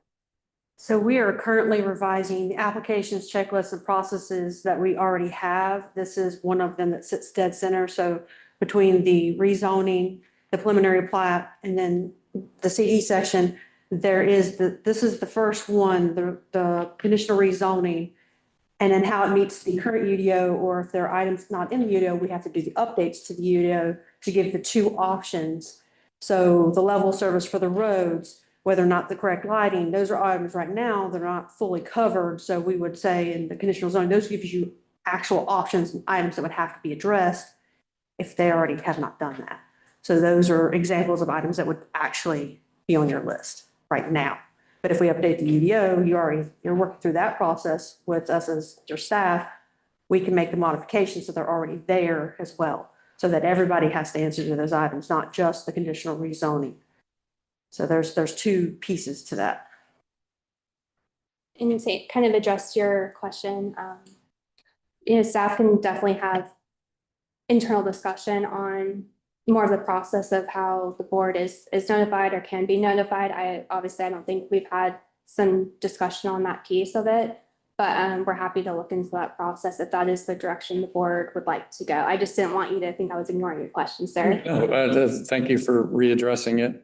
I do feel that a week to make a decision is problematic and it's not democratic. And I feel we as a board are placed in positions sometimes to absolutely trust you, which I do. But I am also responsible to the people I live with and the people I see every day. And so as much information and time that I have is appreciated. So keep me in the loop. Definitely, sir. We'll have some more internal discussion about in general for that. So then I'm thinking that maybe there isn't even a need for a motion to urge staff to look carefully at this question of whether or not our UDO should continue to have preliminary plats coming to the board. I think you've heard us. I think you've heard at least 3 of us expressing concern about that. Perhaps you can bring a presentation with the next UDO packet or the one after that. After staff figure out what you'd prefer to do. Definitely at the direction of the board. But I would say that if that is something that you would like for us to investigate, it will take some time to do some research and evaluate maybe the precedent of how other jurisdictions or municipalities have went through this process. Since, this isn't probably the only time this question has come up, right? So I think giving staff some ability to look into this, work with other internal staff, as well as our leadership and our town attorney to provide us a direction. And then ultimately, we're going to have to, in general, as May mentioned, work on updating our applications and our schedules to reflect that and to determine if there's any overlap on other other things. So I would like to just add into that. So if that is a motion or a direction to give staff some availability on that timing. So I wasn't sure if there was a specific time you'd like to see it, but I just wanted to give you that information up front. The other thing I just want to point out is that this board meets once a month. And I feel strongly that it should be twice a month, as most all municipalities do. And that's of course, that's a vote for the board to consider, not you. But I just want to point out that once a month, in my opinion, is not sufficient. Mr. Foley, I appreciate you raising that issue. And it's a concern that I've been pondering myself because it feels like the workload is really increasing again. And I did not enjoy 7-hour board meetings and 6-hour board meetings. And I hope we can avoid those with perhaps adding in some additional meetings. And I guess in any given instance, it's this board's discretion if we care to continue a meeting because we're just feeling like it's too late in the evening and we're not thinking clearly and we want to be better collected to make better decisions. Yes. I believe that we can do that. Thank you. Given our current bylaws and rules, we would simply have to state the date to which it was continued. And I'll be in agreement that we can get together for that second portion of the meeting. Am I correct in understanding that? Yes, sir. Yeah. Okay. Yeah, and I appreciate that because it's not just us who are up, it's staff that's up late, it's public who's here, sometimes very late, who also may want to be part of the process. So I thank you for that. We're here for the public. We're not here for us. Thank you. Pontificating, I'm sorry, but thank you. Okay. Up next on the agenda is a rezoning case, a public hearing for PB 345 property. I'll take a motion to go into public hearing. So moved. Thank you, Commissioner Foley. Second, Commissioner Bonitz. All those in favor, say aye. Aye. All right, hello Here we again. go again. So as mentioned, this is rezoning case PB 25345, Cooper property rezoning.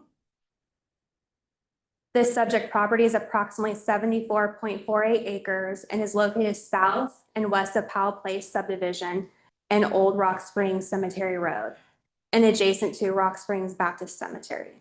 The property is vacant and heavily vegetated. The property is currently zoned residential agricultural. The adjacent zoning districts are to the north and east, mixed-use planned development district, the south, residential agricultural, and the west, residential agricultural, and mixed-use planned development district. The applicant is proposing to rezone the proposed property to multifamily residential conditional zoning.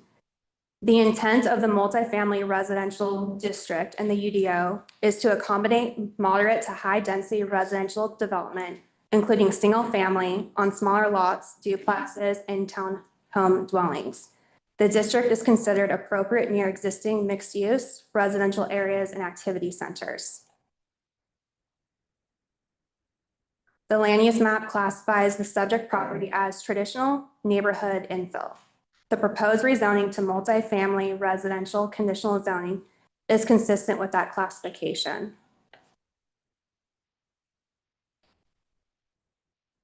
The applicant conducted a community meeting on May 28, 2025.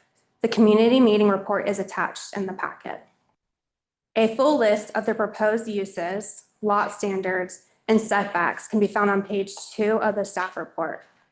The proposed uses include residential uses such as duplex, live work, single family, and townhouse, as well as community center. The applicant is proposing the maximum number of 300 residential units, a minimum of 3 product uses for the rear loaded townhome, rear-loaded single-family, and front-loaded single-family. No individual product shall make up more than 40% of the total number of proposed dwelling units. A TIA was approved by NCDOT that no transportation improvements are required for this project. For reference, the Exhibit B, as well as the attachment number 7 in the packet, include the recommendations section on the TIA. A full list of the proposed transportation conditions can be found on page 4 and 5 of the staff report. To summarize the conditions related to site access, number 1, 3 access points to the site shall be made by connecting to existing street stubs. A minimum of 2 connections to existing public streets shall be constructed prior to the 100th CO. Number 2, the 2 street stubs are proposed for future connection. Number 3, the developer shall acquire necessary right-of-ways, construct and dedicate an extension of Old Rock Springs Cemetery Road along the southwest corner of Mary Holmes Park to the project site. And number 4, construction traffic shall access the site by the proposed Old Rock Springs Cemetery Road connection. In addition to the 10-foot multi-use path, landscape screening and fencing shall be installed along the northern side of Old Rock Springs Cemetery Road extension to screen the parking area and existing park restrooms building from the proposed roadway. The development is proposing to exceed the 20% minimum common open space requirement, as well as proposes to pay a per lot fee in lieu of the required amount for public recreation prior to the final plat being recorded. The project shall construct a private linear park with adjacent on-street parking within the central portion of the development, as well as a multi-use path. Lastly, the project is also proposing an affordable housing condition to provide a payment of $1 million to Chatham Habitat for Humanity. Additionally, the project shall offer a minimum of 5% of total units to qualified hometown heroes through the DRB Hometown Heroes Financing Program, and the units shall be incorporated throughout the development. Upon fulfilling the affordable housing commitments, the applicant will not provide further monetary contribution or land dedicated required for any affordable housing fees. Planning Board heard this at their March 16th meeting and unanimously recommended approval with the recommendation to revise the affordable housing condition to include municipal workers. I would like to note that after the Planning Board meeting, the applicant and staff discussed the board's recommendation, and the applicant willingly agreed to take the recommendation a step further by including local municipal workers, as reflected on page 31 of your packet.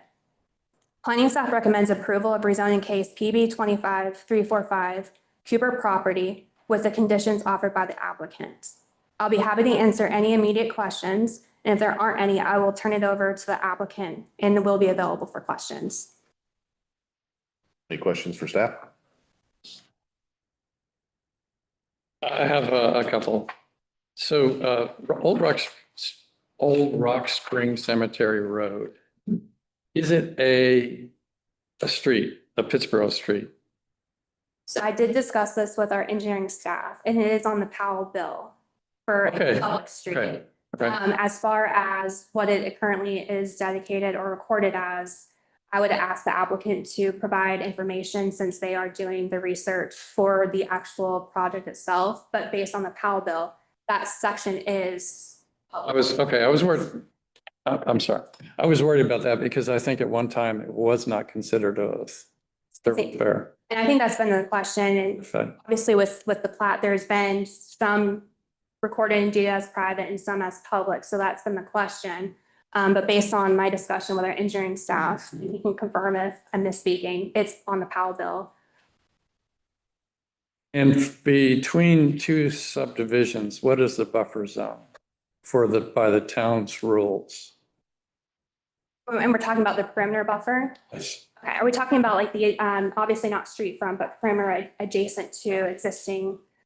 So based on our buffer table, and I can provide you the actual section for reference, UDO section 5.3.3, the required buffer table. As it currently stands, there's no buffer required because it's similar land use classes. either single family detached to single family detached duplex or single family attached, which is townhome. The applicant right now is currently proposing a 30-foot type B along all basically the Powell Place. subdivision along the MUPD zoning district. Between existing houses and new houses Yes, sir. Along the property line. along the park. Yes, sir. We just wouldn't have the actual buffer on the lots itself. It'd be maintained by the HOA on its own meets and bounds. Yes, sir. It seemed like there's a decent buffer, but is it possible to intensify like the density of the buffer by the plant, the trees and plants with the hardwoods and the evergreens that are put in there, maybe go denser because I'm hearing a lot from people who don't want to see their neighbors in their backyard. And if we could increase the density, that might. You're asking about the opacity. So right now it's a type B. Are you asking to potentially make it more of a type A where it's more evergreen type versus, because the difference is on the density of the buffer is the buffer type, not the width. Not the width. So ultimately that would be up to the applicant's discretion on that question to see if that would, but ultimately staff would support it if the applicant was willing to. Along some of that border, there is some hydrology issues. Okay. On Fremont Drive, Wickham. And I'm sure that Underfoot will probably address that. Do you have anything the town saw that? I can direct that to our engineering or development services director, since that is more in line with the review. But the applicant can probably add to that as well.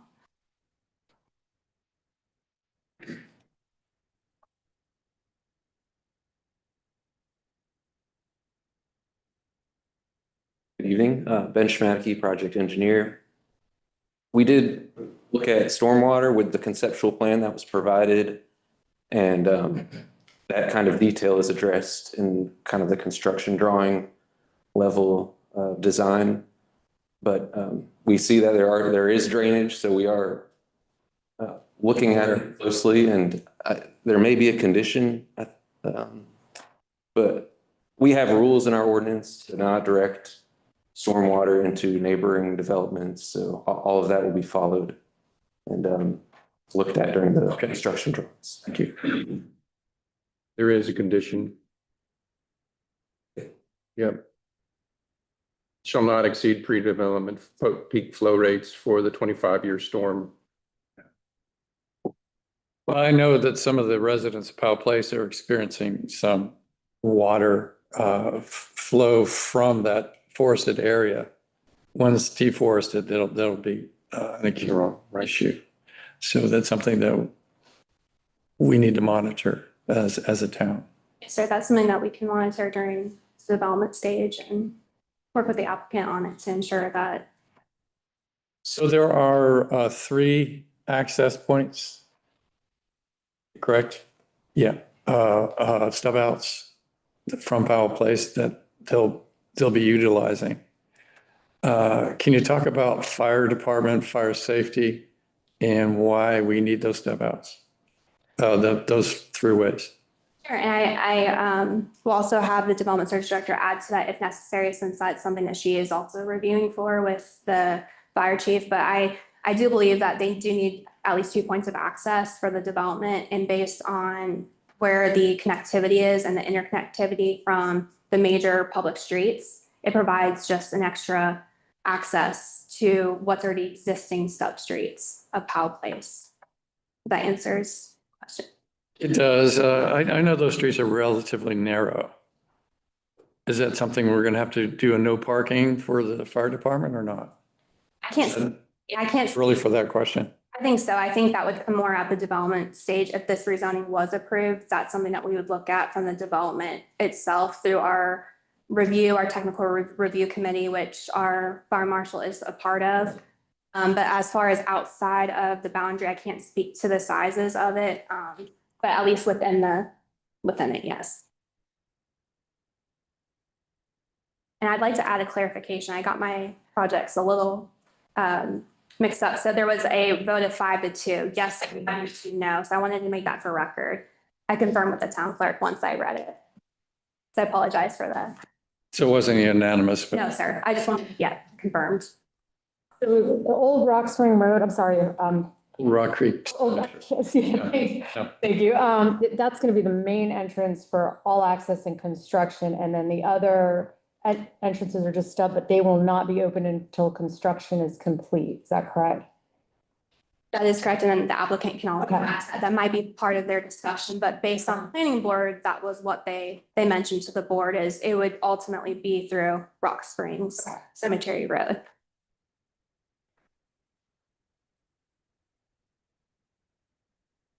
So in your opinion, health and safety for the town park residents will be mitigated by the fence that they're willing to build. Is that correct? That is correct. So based on the right of way that's necessary for that public street, there is a condition, and I can, once I get there, related to,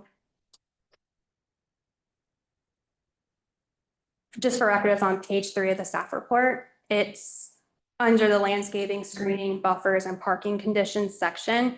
It's number 4. It's in addition to the multi-use path, landscape screening and fencing will be installed along the northern side of the Old Rock Springs Cemetery Road extension to screen the parking area and existing park restroom building from the proposed roadway.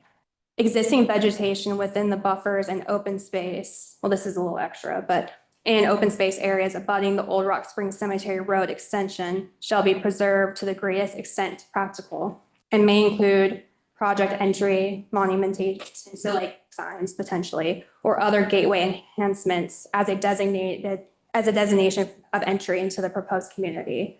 So to answer your question, there will be landscape screening. There's going to be a fence along the northern side. So it would add that little bit of a buffer, not just. Just think about this right now, but we're going to have, if this is approved, we're going to have a whole bunch of trees going down Old Rock Creek Cemetery Road right next to that park. We should have some contingency plans in place so that there is a safety barrier during that construction time, as opposed to a permanent fence that you put up later. But during construction. It's working.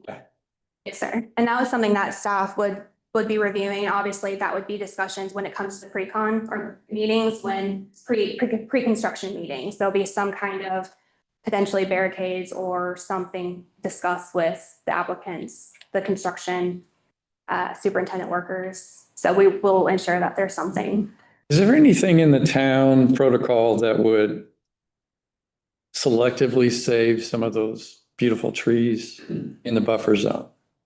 Can we put a yellow ribbon around some of them in the buffer zone?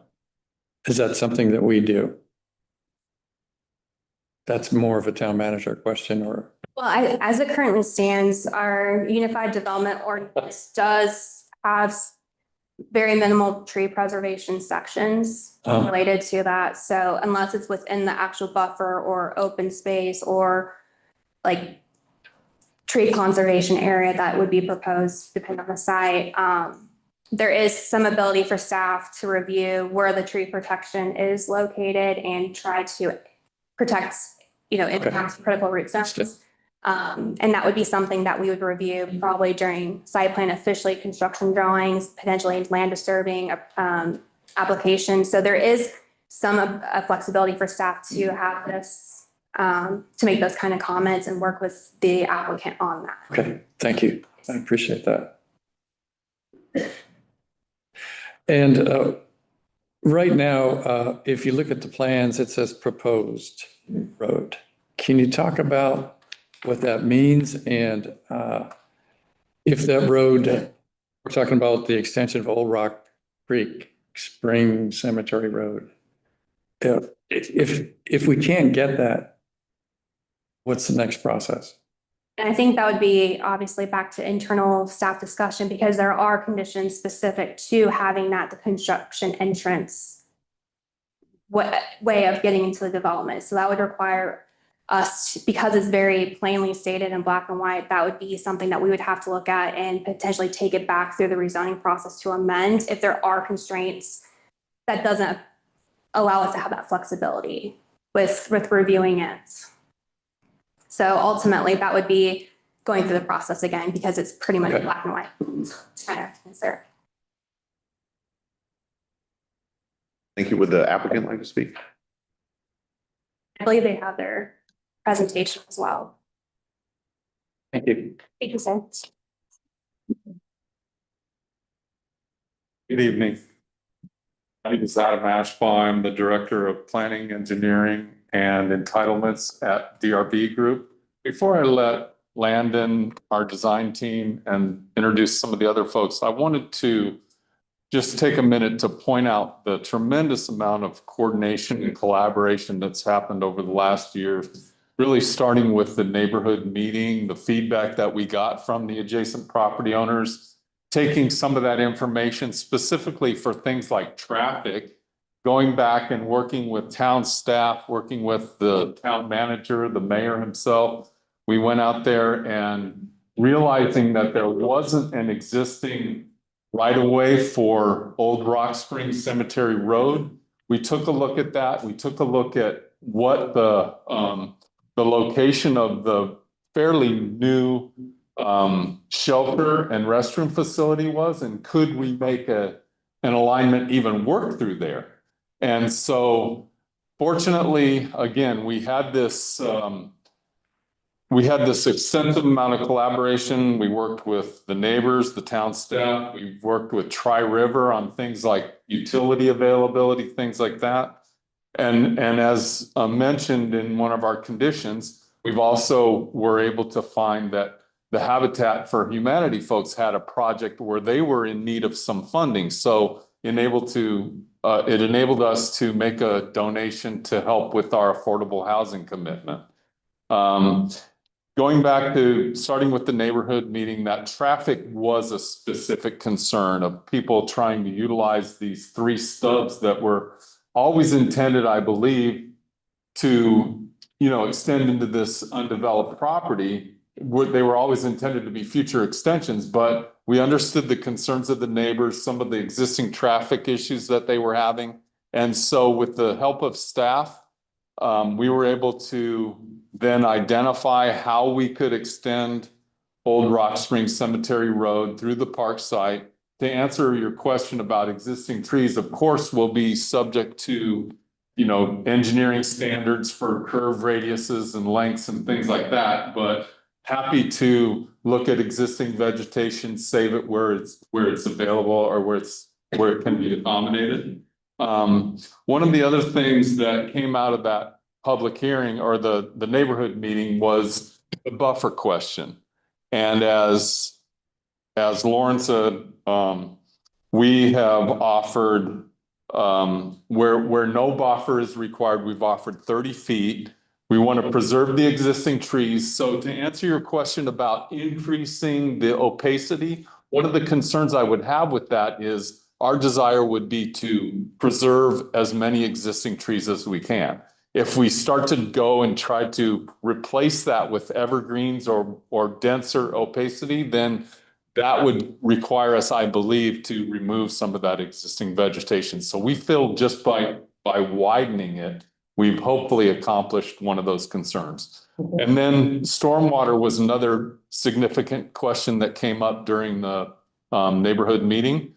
And through our engineer, we worked on, and with staff's help, worked on an offer to attenuate not just the 10-year, which is required by your ordinance, but to step that up to a 25-year, 100-year storm. Or 25-year storm, I apologize. And then, let's see, just to address a couple of the questions, I think I've addressed some of the ones that you brought up, the existing street stubs, the stormwater, the trees at the park. Let's see, our surveyor did some research. Old Rock Spring Cemetery Road is shown as a public street, but as discussed with the town manager, we'll also have our attorney do a little more research and do a title search to make sure that that is public and that there's no issues with extending that as a public road into our development. So with that, I'm going to turn it over to Landon Lovelace, who's the president of Underfoot Engineering. Also with me today is Amber Nadeau. She is our vice president of sales and marketing. She can speak pretty intelligently about the affordable housing commitment and the hometown heroes that we're offering as a part of our sales effort. Also, Mike Stevens, our vice president of land acquisition, is here with me tonight. So with that, I'll turn it over to Landon, and we're happy to answer any questions that you have. Thank you, Mr. Ashburn. Thank you, Adam. Good evening, Kyle, Mr. Mayor, Commissioners. Thank you, Lauren. Been a long night already, so I'll keep it very quick. I do want to just point out all the collaboration. Like Adam mentioned, we literally sat out at the park with Katie and Jonathan and Ben and Kyle and sat next to the bathroom that Mr. Holmes had, paid for to put in not long ago and said, well, we need a road here. How do we do this without, messing up the park? And, coincidentally, right off the shelter, there's all the kids' playground areas, all these things. So we're offering additional screening and fencing, things like that. There's been a lot of thought and a lot of collaboration. I met with Commissioner Foley, met with Commissioner Bonitz, listened to, not just the adjacent owners and staff's input and feedback, but the level of collaboration for this project is more than any project I've worked on in 25 years. So just kudos to everybody.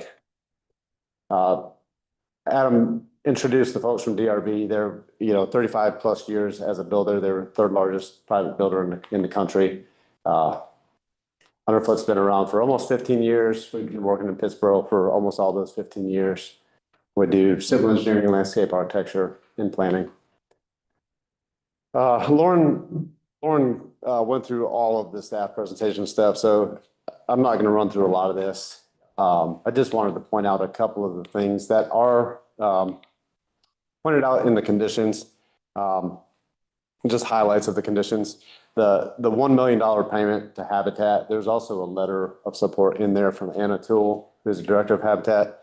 Not only were we able to kind of coordinate and collaborate to make that happen, I'm fortunate to be the engineer that works with Habitat, so we're the one that's working on that project. So there's just really good connection points everywhere. In addition, DRB has offered up to 5% up to 15 units if they are able to build 300 total through their Hometown Heroes program. And Amber's here to speak about that if anybody's got any questions. The offering the buffers around the entire property where none are required, doing a 30-foot buffer. The additional site entrances, not just at Old Rock Spring Cemetery Road, but doing stubs to the west and to the south. If you look at a map, there's a large chunk of property south and west of there that ultimately in the next, maybe 5 years, maybe 10, 15 years, it will likely be developed. So it's setting it up for the future as well. The greenway that's being offered is over 2 times the length that is required in the Parks and Rec master plan. We had worked with staff a lot to really try to make kind of an integral linear park through, part of what maybe I understand was a dream that the mayor had, but maybe a waking dream. But just the notion of having this linear park kind of got brought up as an idea, and then we took it and started exploring and really ran with it. So as you look down that corridor, it's going to terminate in a really nice amenity that DRB will put there. We tried to work to make that a public park. We couldn't quite physically get the dimensions that were needed to make it happen. But it's over a 3-acre park that will be a private park. If you think of some of the parks in Briar Chapel, that'll have the path meander through little pocket areas with playgrounds or benches for active and passive rec, things like that. The area that's identified on the screen as orange, that's kind of a natural environmental corridor, an area with some wetlands and some stream buffers. There's 20% required open space. The project is offering almost 50% more than that. We're subject to final design, but we're about 30%. Adam mentioned earlier increasing the quantity of stormwater retention from the 10-year storm up to the 25-year storm. A lot of stuff with the TIA with, we had to do a sewer analysis that ran through Tri River that was approved. This is exactly what was envisioned on the future land use map that a lot of time and effort was spent within the last 10 years. This traditional neighborhood design infill, it's exactly what this is. In addition, helping to add a lot of infrastructure and then making a legitimate right now difference on much needed affordable housing here. The Habitat project we're hopefully submitting maybe final round for site plan this week. So that one is coming soon. We're here for any other questions you have. So thank you, Landon. There are, you remember from our conversation, the top concern that I brought from what I'd heard from the neighbors was connectivity and the need for getting that traffic out of their main thoroughfare. So I think I'm seeing stub outs in other directions as well, like to the north. Is that right? Yeah, so similar to Lauren's presentation, north is to the left on this plan. So there's 3 existing connections at Powell Place. So to the west. Clark's Creek and Powell Place. Powell Place's label is kind of hidden underneath this picture. Old Rock Spring Cemetery Road will come in here, and then there will be a stub to the south and a stub to the west, 2 stubs to the west. West, that's for future extension. Great. Thank you. I know you fought hard to get access westbound. Just finding property that you could connect to Old Graham Road. Can you talk about that a little bit? Yeah, and Mike Stevens with acquisitions is here as well. And at some point, I think, like I mentioned, if you look at a map, almost everything west over to Old Graham and south is right now is just mostly rural agricultural forested land. They did not have any success getting additional access out that way, but I think it's probably a matter of. So you've planned at least 2 stub outs for that process. That's very good. That will help mitigate traffic down. I have a big question for you. We talk about the traffic light that will be at the end of Old Rock Springs Cemetery Road. We need to change that name, by the way. I didn't name it. I've gotten to abbreviating it ORSC. There you go. If the Old Rocks ORS, whatever. Cemetery Road ends at Hillsborough Street, there needs to be a traffic light there. And I know that there's discussions with development across the street on Hillsborough Street. Can you talk about that and what you're committed to do? Sure. So, and I may bring Adam back up for this. I can't speak to the development across the street, but what I can speak to is the traffic impact analysis that DRMP has done. And when they do a traffic impact analysis, they not only look at the current project that is the subject of the TIA, Ben may be able to, or may be able to speak to this as well. There are a number of projects that are all going on up there, and DRMP happens to be the traffic consultant for most of them. So they are looking at all of those projects, and they are taking not only those projects, but background growth into account when they're looking at the different intersections. And their TIA still does not call for signalization or improvements. It calls for nothing here.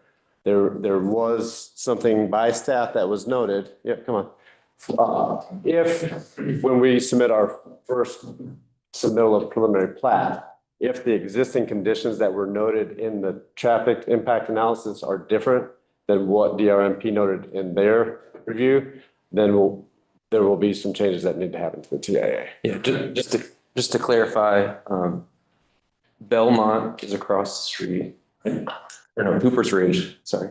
Cooper's Ridge is across the street. They have an approved TIA with NCDOT, which signalizes that intersection. Their road will be directly across from Old Rock Springs Cemetery Road. The TIA for this project analyzed that intersection as signalized because that TI has been approved, it's assumed that that development will be first. And so Landon's point about if they are first, their TIA will have to be redone and re-reviewed. So the assumption with this TIA and this approval is that this will be signalized by the time they're built out. That's what I want to hear. Thank you. Thank you, Ben. Any other questions? Will there be any traffic calming plans or anything on the roads? I've had a lot of questions about that from people. So what are you planning, if any? So it's a really good question, and it's one of those tough kind of catch-22s because we're talking about land use and rezoning right now, but that's more of a design. So one of the conditions was crafted that, I don't know the verbiage exactly, but it speaks to the pedestrian nature of the development. We've obviously done a lot of concept grading and studying, and even though this is suburban, it's very urban and gridded in nature, and we have multiple cross sections that are shown on the rezoning plan. So the park will have one-ways on either side that will have on-street parking. And then we have front load and rear load products. So anything around the park is going to be rear loaded. So it all just really fronts on the park. And then through the construction drawing process, we have roads that are kind of the main roads and then roads that are secondary roads. So we do have accessible access, crosswalks, stop control intersections, all these kind of things to make sure that vehicles and pedestrians are playing well together. Thank you. You know, Landon, this is kind of like if you're on an airplane, infill is like this. Infill, like what you're talking about, what you're presenting, and you've done a great job, by the way. Thank you. Sincerely. It's like on an airplane, you're getting into the middle seat and you have to be aware of so many different variables. You know, I don't want to bump elbows with the window person and the aisle person's got big legs or whatever. And I just want to thank you for listening and hearing the residents around. I know that it's going to be a major inconvenience for everyone, but you seem to have been receptive to changes and willing to, as a member of the Affordable Housing Advisory Committee and a former member of Chatham County, hearing $1 million for help is exceptionally. So it is. Thank you for that. And so. Yeah, thank the DRB for that. It's amazing. I'm just lucky to be part of a project. Ashburn, thank you. Can do that. We have 2 members from the public sign up to speak for the hearing. So those are Sarah and Frank.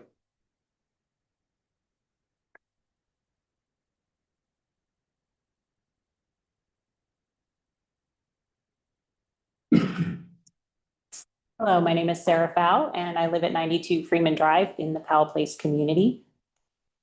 Good evening. My primary appeal tonight is for no rezoning. I am imploring this board to not only consider landowners, developers, realty companies, and potential local government tax revenue. I ask you to consider the public's health and well-being and the property value and quality of life interests of existing town residents. The development of 50 to 60 homes on 1-acre lots is already feasible under the parcel's current zoning status, but developers want to build 300 homes on 1/8 acre lots. We all know that housing density does not yield housing affordability, and I believe you concede this point by tentatively accepting the $1 million in lieu of developer payment for a Habitat for Humanity community. Several hundred resident responses to the 2023 Town of Pittsboro Land Use Plan Community Survey requested environmental protection, green space conservation, and growth management. Several sitting commissioners ran on platforms to better manage Pittsboro's growth with environmental stewardship and tree protection. I'm asking you to consider whether this parcel should be rezoned for a high-density subdivision when town limits already include more than 1,100 apartment units, an annexed Chatham Park build of 22,000 attached and detached homes of diverse sizes, and previously approved rezoning of another Cooper Family LLC-owned 29-acre parcel directly across 15501 for a dense mixed-use commercial and residential build that will include apartments. The 29-acre parcel adjoins another previously approved 154-acre tract that is projected to have more than 700 housing units, including apartments, because the 2024 board approved doubling the original proposed number of units. That tract is also wooded and includes the Jordan Lake watershed area. I ask, are you honoring community survey input, your election platform promises, and your stated development values if you approve the clear cutting of an additional 75 densely wooded acres for more high-density housing? The March 2026 Planning Division report includes unsubstantiated, sweeping conclusions that there will be no detrimental effects to the environment, wildlife habitats, or adjacent properties. Clear-cut development will eliminate a diverse wildlife habitat and mature trees that provide shade, filter community air, and buffer Highway 64 and 15501 air and noise pollution for Powell Place residents. Clear cutting will also exacerbate existing stormwater runoff issues for abutting Powell Place properties. In closing, if you do approve rezoning, I'm requesting a 60-foot type F option 2 buffer for the parcel borders contiguous with approximately 45 Powell Place lots. A planning division traffic study for the existing Powell Place streets that lead to proposed internal points of egress, since traffic density and speeding near the 246 sanctuary apartments already required police speed monitoring and ticketing. Third, developer-funded speed tables to on Millbrook from the Powell Place Lane traffic circle to Freeman Drive. And last, strategically placed crosswalks with pedestrian-activated flashing lights on Millbrook and Powell Place Lane. Thank you. Thank you.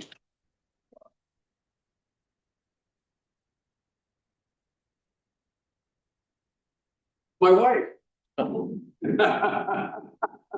a lucky man. I don't have much to say. I'm going to raise more of a personal issue with this. My name is Frank Squire. I live at 92 Freeman.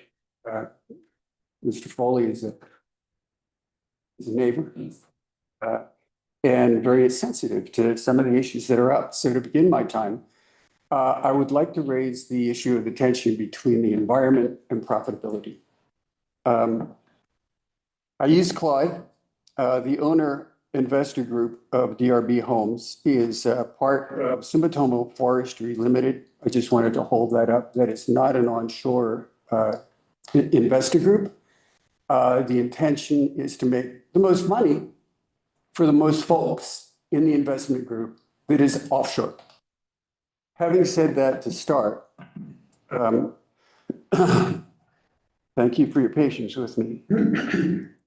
Sometimes life is more fun with one eye and sometimes not. I've spoken to at least 3 board members as they've presented their election positions on the issue. I ask that you honor the commitments you've made, of course, to our long-term town residents to be responsible stewards of local ecology and to expand green spaces. As you move forward with the consideration of rezoning and annexation of now open lands, at least think to expand the buffer that separates our long-term residents from new construction. I'm going to skip through the rest of it because my wife covered this so well, and I have a minute and 20 seconds to beg you guys to especially consider the space between 80 Freeman uphill to Cobble Creek and then down to the park area, because that's going to be especially impacted. And in my opinion, damn it, you know, that needs a wider buffer. There's flood problems. If you start to clear cut in that space, provide a 30-foot or less buffer that's replanted, there will not only be wildlife issues, there's going to be water issues. That needs to be a bigger buffer. And the other area that needs to be a bigger buffer is along the alleyway, which includes the townhomes. They will be stripped clear. There are beautiful oaks growing back there. It's crazy to cut down those damn things. And I would beg that you consider a much larger buffer for that particular space that abuts the alleyway and runs 80 Freeman up to Cobble Creek and over. Thank you for listening. Appreciate your time, you guys, and your hard work. Thank you. Have a good night. There's no one else signed up for the public hearing, so I'll take a motion to close the public hearing. Actually, no. It's. Thank you, Commissioner Hunziker. Is there a second?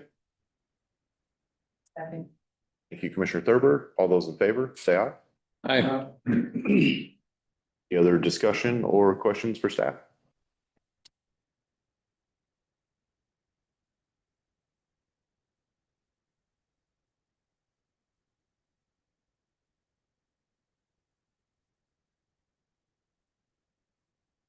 All right, I'll take a motion to recommend approval of rezoning case PB 25345 Cooper property.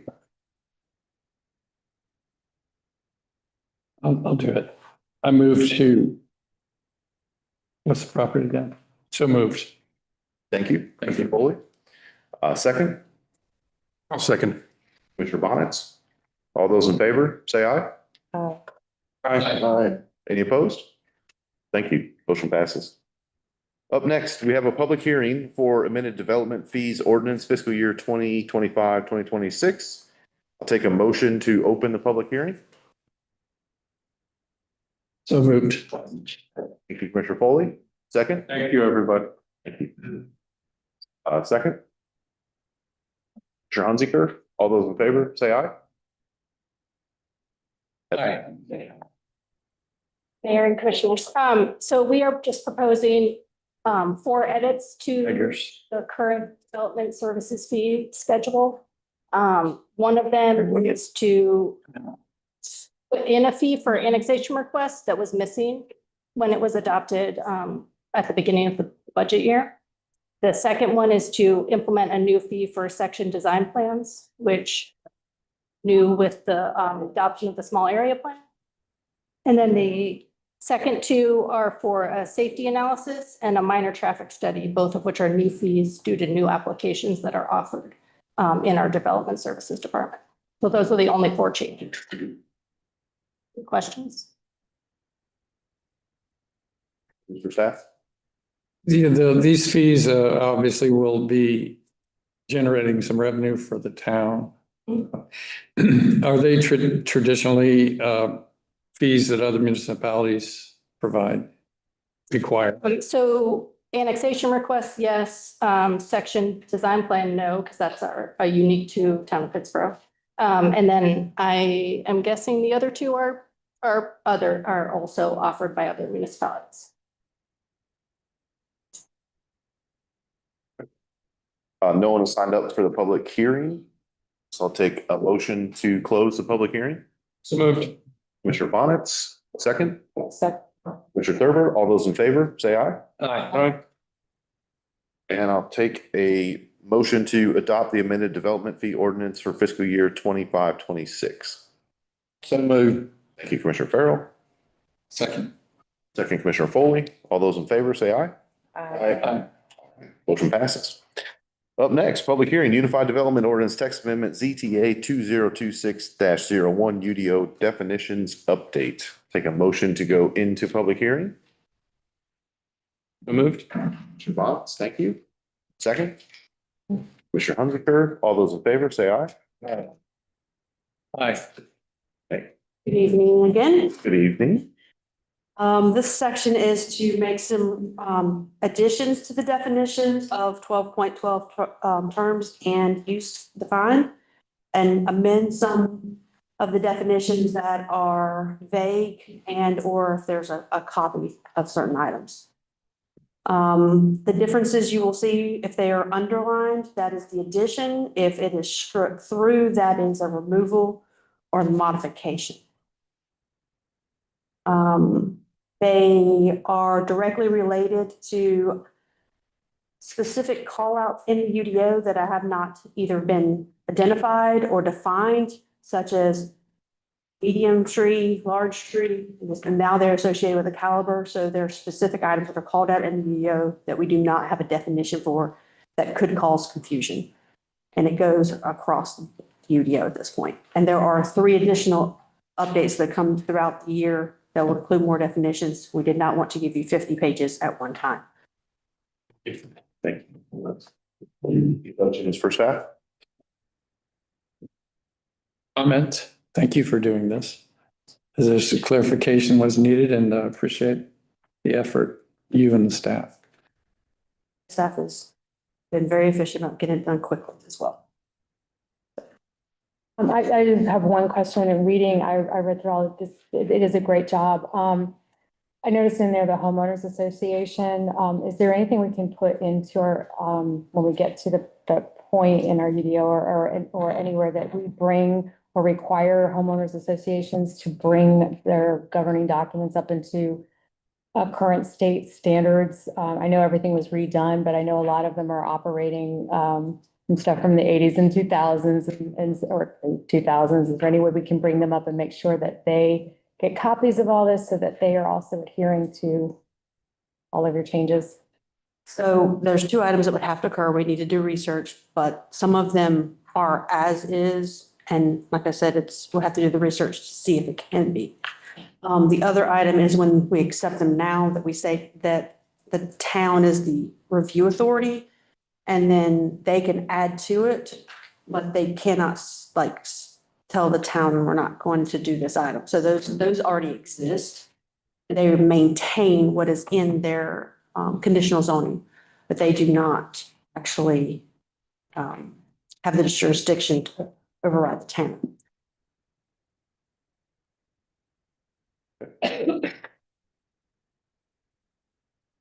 Right, there's no one signed up for this public hearing, so I'll take a motion to close the public hearing.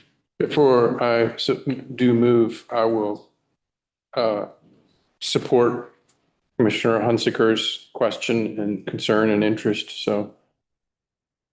Yeah. So moved. Okay, thank you. Is there a second? Commissioner Foley, all those in favor, say aye. Aye. Any other questions for staff? I'll take a motion to approve the attached amendment to the Unified Development Ordinance CTA 2026-01 as presented. So moved. Thank you, Commissioner Bonitz. Oh. Second, Commissioner Hunziker. All those in favor, say aye. Aye. Aye. Up next, public hearing, Unified Development Ordinance Text Amendment ZTA 2026-02, Chapter 13. I'll take a motion to go into public hearing. So moved. Commissioner Bonitz, thank you. Second. Second. Commissioner Foley, all those in favor, say aye. Aye. So all those in favor of reading the book and knowing what's in when the updates was or the copyright, this is taking what's in 13, moving it to the front so that we have the ability to tell what the most recent version of the UDO is. That includes when they bring a preliminary plat or a plan in, what the time they bring it in is the UDO they go by.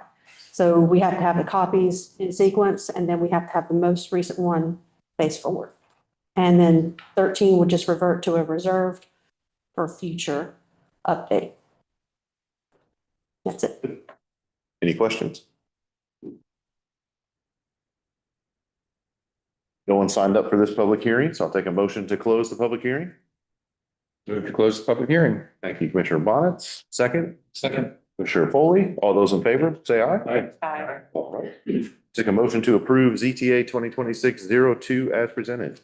I moved. Second. Thank you. Second by Commissioner Bonitz. All those in favor, say aye. Aye. Up next, public hearing, Unified Development Ordinance Text Amendment, ZTA 2026-03 plant tables. Take a motion to enter public hearings. Moved. Second, Commissioner Bonitz. All those in favor, say aye. Aye.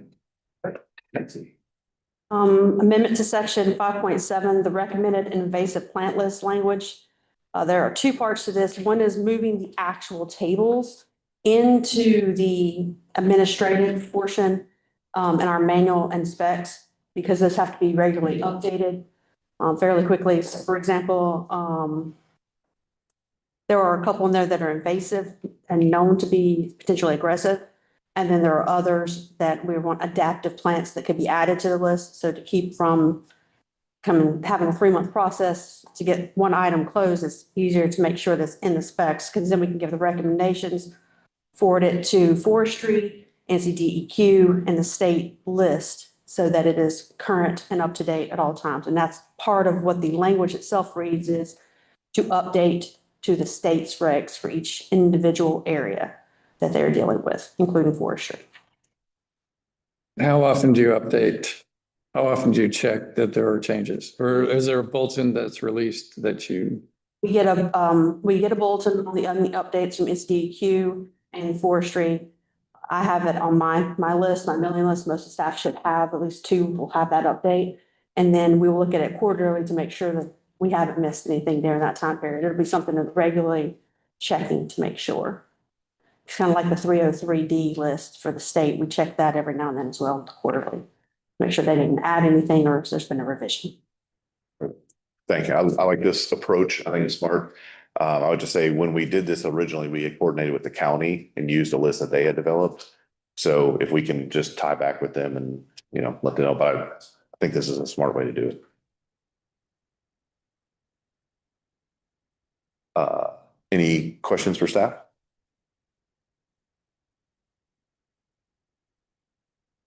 No, no questions, applause, gratitude. Yeah. I will appreciate Commissioner Hunziker for drawing my attention to the connection between this and something that I emailed about last night, and that is the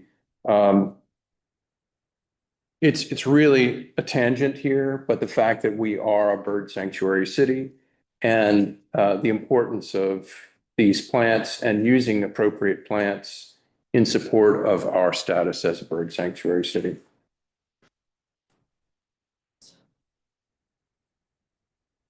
No one has signed up for this public hearing, so I'll take a motion to close the public hearing. So moved. Second, Commissioner Farrell, second, Commissioner Bonitz. All those in favor, say aye. Aye. Right, I'll take a motion to approve the Unified Development Ordinance of ZTA 2026-03 as presented. So moved. Second. Thank you, Commissioner Hunziker. Second, Commissioner Bonitz. All those in favor, say aye. Aye. Right. Up next, we have a public hearing for the Unified Development Ordinance Text Amendment ZTA 2026-04 consistency. I'll take a motion to go into public hearing. So moved. Commissioner Foley. Second. Second. Commissioner Hunziker. All those in favor, say aye. Aye. Last one for today, I promise, the media updates. The update for section 1.5 addresses comprehensive plan and turns it to plural plans because we have multiples with that name. So when the definitions list, there's actually comprehensive plan, and it specifies each plan that we have adopted, the major ones. So this supports taking all of those plans into this section, and any additional plans that we adopt would automatically be applied to this, so that we are not updating each revision or accepting each revision. This automatically says once you've adopted it as a board, it's automatically included. And then that's the section 1.5.1 that specifies that consistency overall with all the plans. 1.5.2 lists the current plans that are approved, and then others to be any future plans. 1.5.3 is that interconnectivity and making sure that if there's a gap, so if we approve a development that had to shift the connection, that connection still applies to the plan even after that shift occurs. That's one item that if we know the shift is going to occur or something on that parcel, this would cover that shift and still relation to the plan at the same time. The one additional piece is then we are going to be updating the acceptance process, and this would include the acceptance of roads and infrastructure, one of those items, making sure that that process will have to be met. And we're going to follow up with the development community and actually have their input on the acceptance process. So they're working with us just like we're doing with the conservation subdivision right now. So this is leading into that. Questions for staff? All right, we do have someone signed up for this public hearing. Mr. Nick Robinson.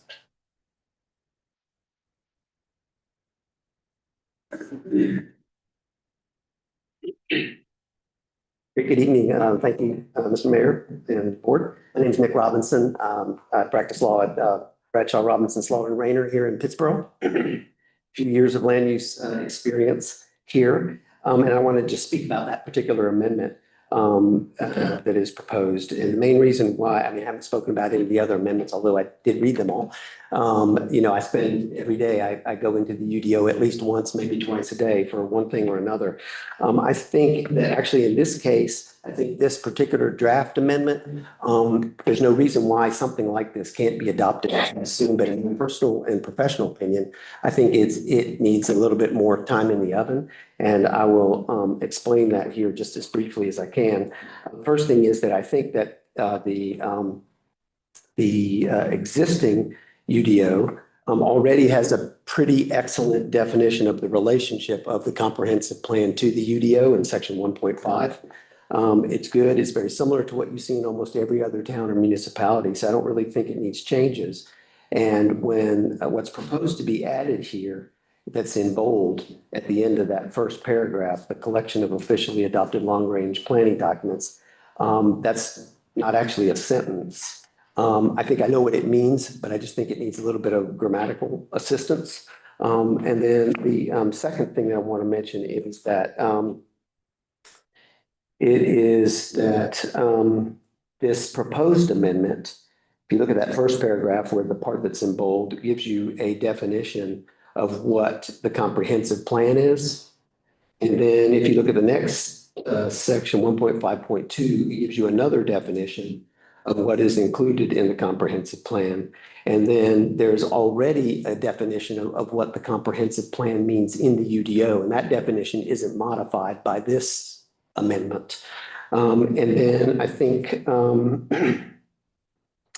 there is, so that's three. And then the definitions that May was just talking about that you just adopted, the new section of definitions also has some new definitions of comprehensive plans. So you basically, with this, you're going to wind up with 4 competing possible definitions of what the comprehensive plan is. And I just think it'll raise more questions than provide answers at this point. The other thing is that, but May I stop you for a minute? Sure. But it raised questions and by who? The developers? Yeah, anybody that's Applicants? the Unified Development Ordinance to try to figure out what is meant by the term comprehensive plan. There'll be 4 different definitions, and it won't be. It doesn't have to be that way, and it can be easily fixed, I think. The other thing that I want to mention is that there's a section in here towards the back that deals with. Oh, that's my time. Anyway. Okay. A section that it follows that 1.5.3 that talks about in areas where no thoroughfares or collector streets are represented thereon, streets shall be designed and located in the proper relation to existing and proposed streets, to the topography of the area and to the natural features of the streams. I think that could use a little tightening up there because a lot of times I don't even know what a proposed street is. It may be something that somebody wants, and if it's something that's in the comprehensive transportation plan, you don't know whether topography, easements, condemnation, or any of that has been considered. So I think that needs a little more work too. And then the last thing is that I do agree with May on the idea of coming up with a system for acceptance of streets. I think this particular amendment says that the town won't adopt any or take into dedication or ownership any streets unless utilities or other public facilities or services extended to or connected with any development for which a plat is to be approved until it meets the requirements of the acceptance of streets process. I don't think there is an acceptance of streets process with a capital A and a capital S as that's set out in there in the UDO. Maybe I missed it, but I do know that for years, the way that has been handled is by a way of something called a subdivision improvement agreement. Like this one, this is one that we actually did with Paul that's recorded. It's 13 pages and it goes through everything about the acceptance and dedication of the street. Talks about when you're done with construction, then you get an inspection by the town, then you get a 1-year warranty period, then there's a re-inspection by the town. And once all the punch list items are done, then there is an acceptance by the town, and then the town adopts an ordinance accepting the street right away. So I'm sure there's a way to incorporate the subdivision improvement agreement into the process by way of amendment like this. It just, I would just say it just needs a little more time. There's plenty of, sounds like there's plenty of other amendments that are coming your way. This one could be folded in with those. And my usual way of approaching this, I think May will agree, is that I would just say, hey, can I give some suggestions about this? But I didn't really know about this one until this morning. And so I read it and said, well, maybe I should go over there and say something. And hopefully with a month's time, we could be right back here in the same place and be proposing, the town could be proposing an amendment that my professional opinion would work a little bit better. That's it. Thank you, sir. Thanks.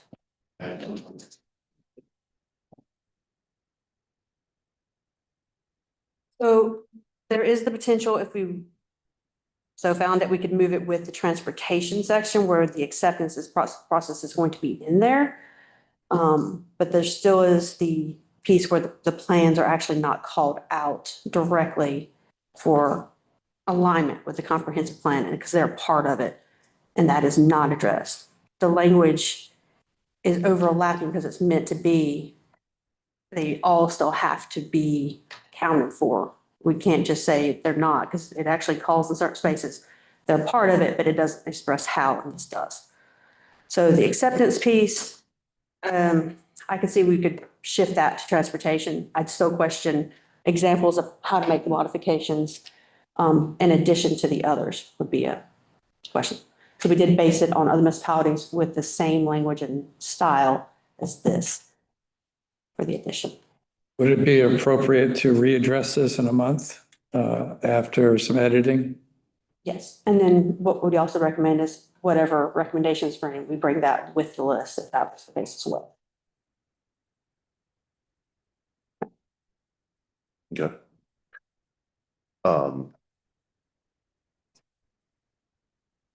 Mr. Messick, is that your suggestion? I think it ought to be tabled for a month.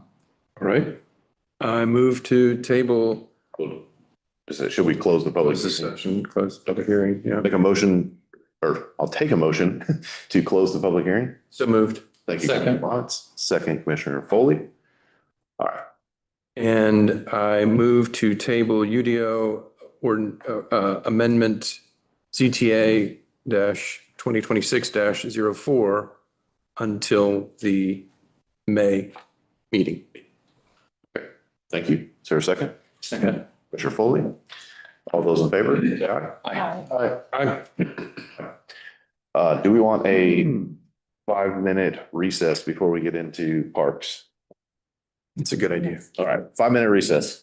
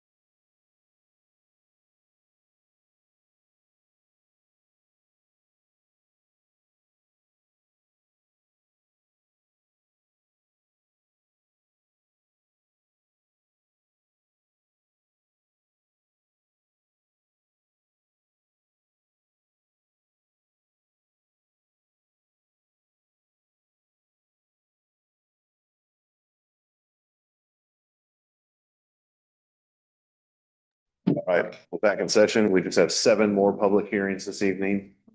Chatham Park South Village, Section 2.1 Parkland. Okay.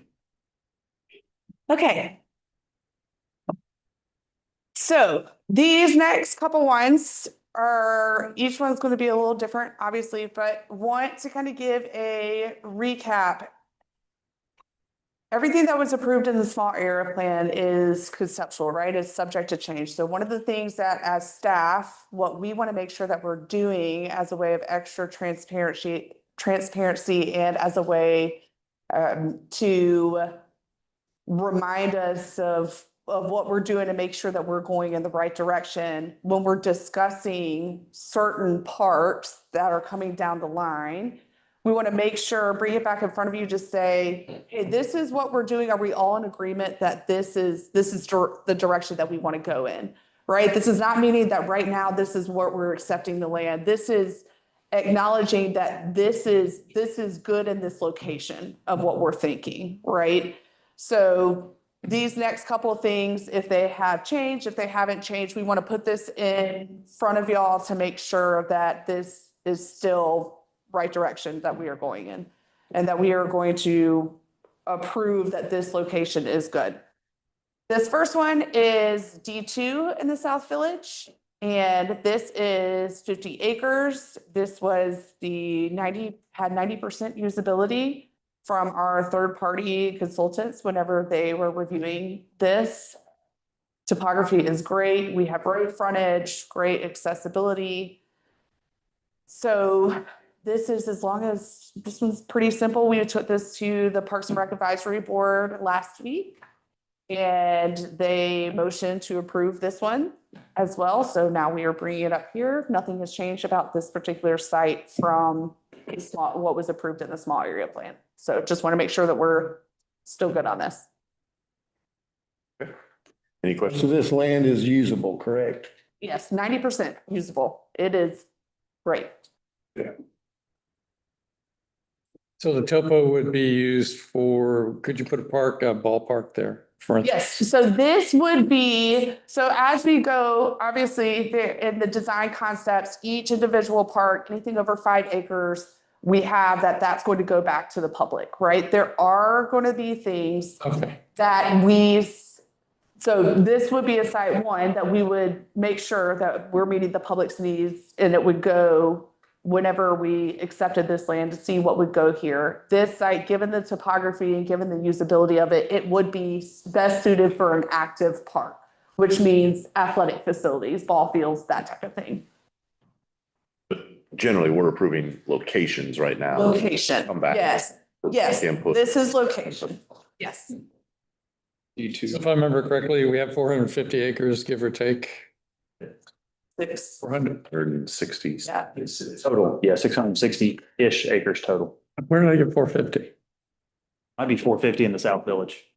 Okay. 660 total. Okay. So this is 1/9 of what we need in the South Village. Okay. Bonitz. What do you think?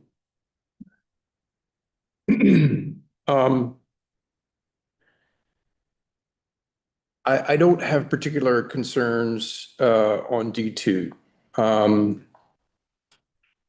I have questions. I'm gathering that this is very close to this rumored large golf course community. Is that right? Potentially. Okay. And well, I guess that's kind of the beginning of some of my questions about all 3 of these items, is proximity to residential and how this will affect our park score, our NERPA. Okay. So I don't think we know that. Do we? No. Can you expand a little bit of what you're asking? Yeah. In particular? So, up until recently, the National Recreation and Parks, Association, NRPA, yes. NRPA, I call it NERPA. I was told to call it NERPA. That, the scoring rubric through NRPA, Pittsburgh scores very well because we have very close proximity, high walkability. It is based on the percentage of our population and how long it takes them to walk to a park. That's part of it, isn't it? But I'm sure that you can elaborate much greater. There's a 10-minute walk initiative, which is what every community, that is like our overall national initiative. Yes.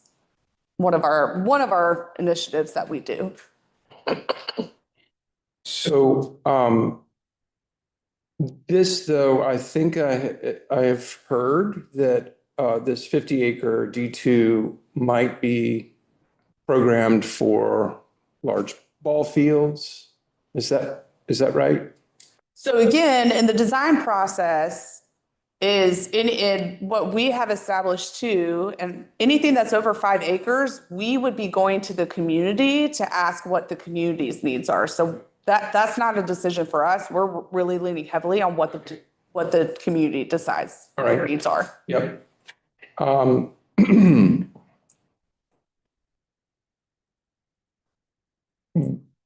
Would it make sense, since the Pittsburgh-Moncure Road facility does not seem to be well suited to large flat expanses, that such a thing might be considered by the community here at D2? Yes, topography wise, this would be better suited for more active recreation athletic facilities. Correct. And that we've established that the other concerns are about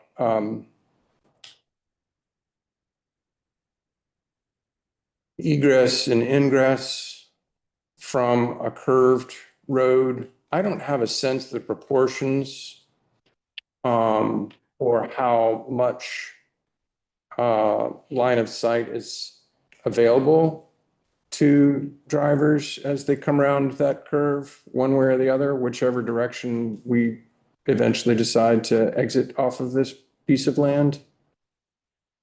So, yeah.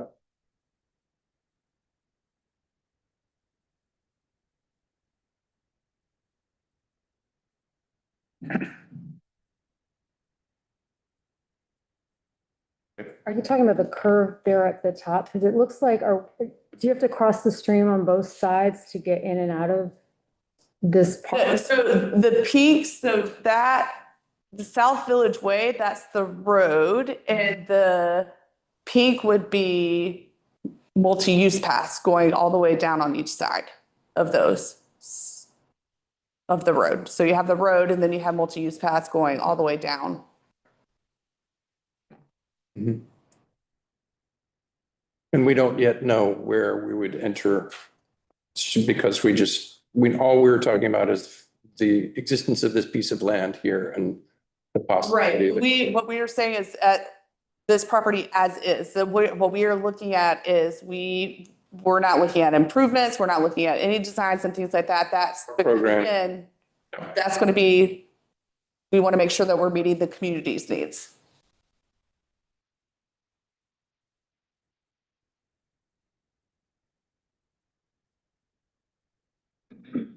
If you're looking at usability and size and road frontage, this would be great for a baseball park. Which obviously is a huge need for Chatham County. I think I've heard you say that before. Yeah. Thank you. Okay, any other questions for Katie?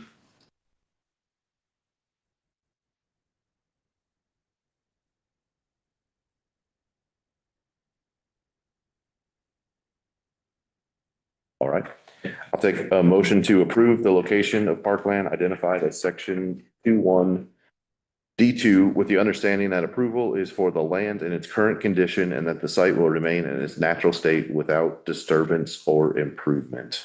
Go ahead and close the public hearing. No public hearing. This is just a. This one in. So moved. Sorry. Thank you, Commissioner Foley. Second, Commissioner Thurber. Any other discussion? Oh. Sorry. You're good. All those in favor, say aye. Aye. Any opposed? All right. Thank you. Up next, Chatham Park South Village Section 2.2 or 2.3 Parkland relocation. They're back. Hey, Hey. see you again. So this one, whereas the first one did not move, this one, we are in discussion of this moving. What was originally approved for this site may need to be moved here and there, right? So we're proposing for this E2 to be relocating for whatever purposes of that things going on in the development or plans or whatnot. We want to make sure that we're all on the same page with this. So I know that this is a little bit hard to read, right? But it has all three different options. So Can you help for a minute? Just help me locate, yes, orient yeah. where we are. Yes. Okay. So we are, so E1, which is, okay, so we had our D2.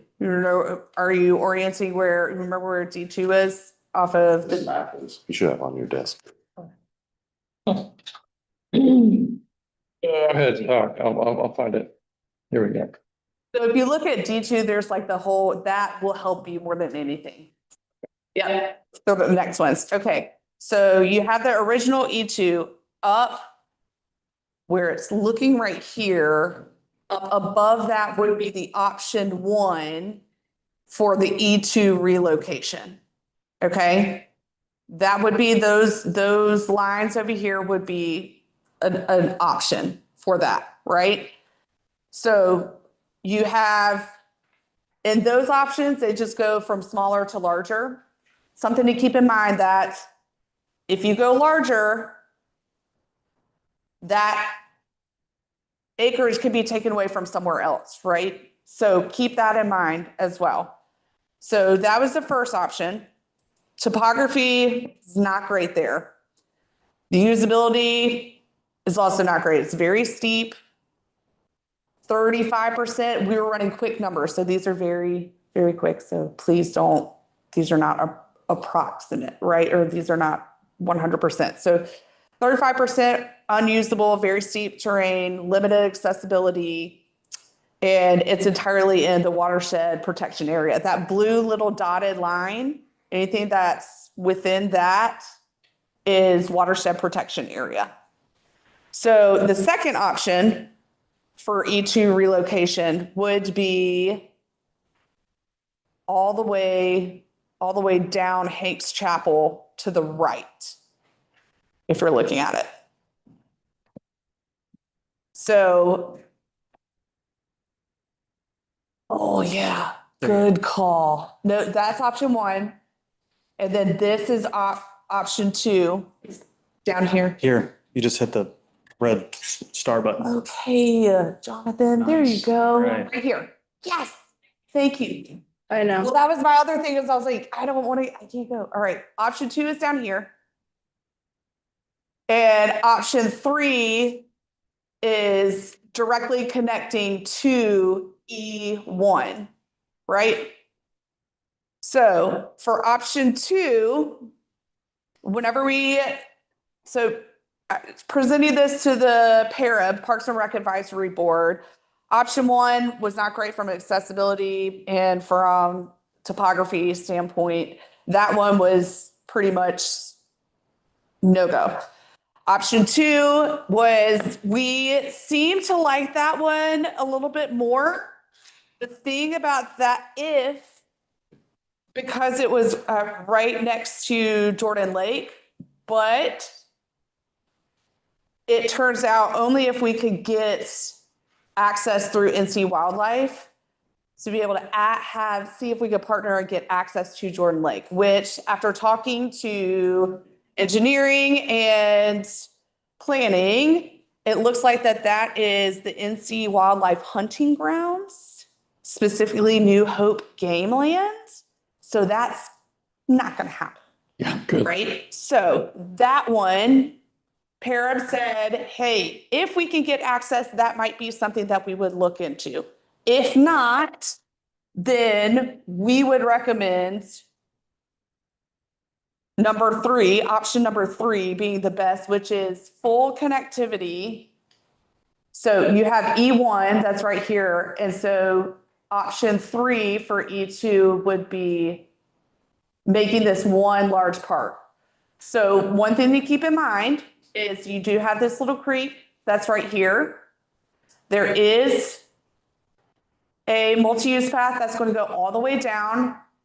This could be a really cool concept of finding a way to get across this creek on the other side. However, that will be costly because you are going to have to find access across a creek. Could be unique. So, and then half of this area over here is going to be in the watershed protection area, which is not necessarily a bad thing. One of the things that I want why I mention that is that you're limited in what you can do sometimes. Is it has to be, you can't have high density areas and then you can't have a lot of impervious surfacing. So it may limit on your parking, it may limit on some of the things that you're able to do within that watershed protection area. Or make it more expensive. Right, or exactly, that was the next thing, yes, or make it more costly to improve on.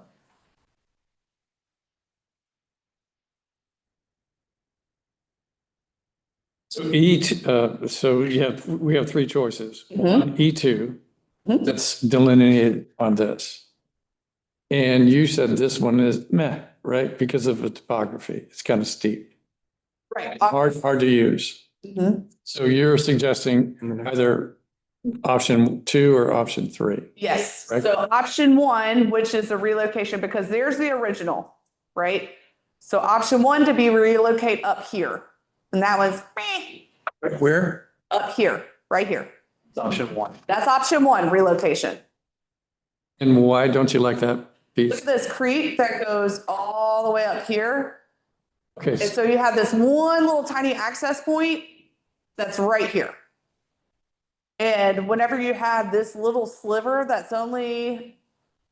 you could potentially only improve on, but then you'd have to go across this creek and there's not as much accessibility and road frontage as we would like.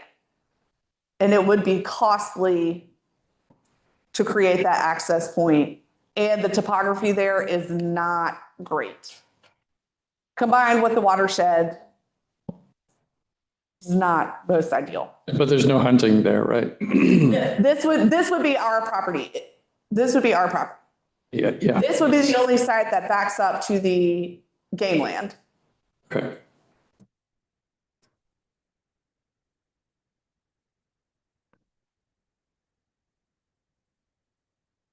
But it would be on the taxpayers to build a crossing over that creek.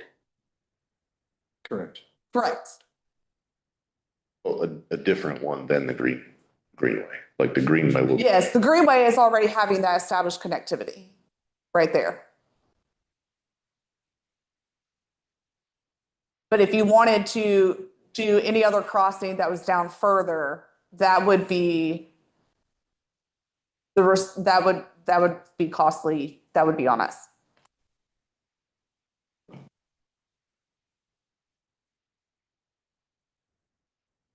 I'm having trouble understanding these options.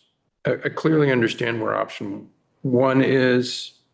I get it that E2 is the non-favored option. I'm trying to go back and forth between this and the map in the packet that has so much topo on it, which is helpful, but dense and slow moving on my computer. So can you please use your laser again to be a little bit more precise in delineating whatever the third option is? Okay, so this third option is right here. So this is Hank's Chapel, right here, right? So you would go all the way right here to connect to here. That is, So that's a very different shape than what I think I'm seeing on Charlie Brooks Road. Is that no longer, E1 is no longer an option? no, so it would be connect, so this is already, this would connect E2, that if this was approved, the new E2 would connect with the existing E1. So on this map, it's the piece that has like 2.2 in it. So it would connect those together. If you go to the third, fourth, fifth page, maybe, it shows it. So this was only just to orient yourself from like an above standpoint. This is not show, yeah. 30,000 feet in the air, okay. And there's no topo. Is there topo there? Oh, yeah, there is, isn't there? It's kind of steep in the south. Oh, if you go back. Southeast corner is kind of steep, right? Yes, Tell. yes. Yeah. And it's within the watershed protection. Yeah, it is. Almost all of it or half of it. Because option one has the creek, limited access from the road. Option two is the piece that's within the watershed that's kind of by itself. And then option three is connecting option two and E1 with some additional property. Now, if you were to do option three, it's going to require additional acreage that is then going to come from a different park. So they have to shift some things around. And E1 and 2.2 will be combined. they could in option three. Yes. Which would be a total of 60, just Yes. 65 acres. 62 and a half. Yep.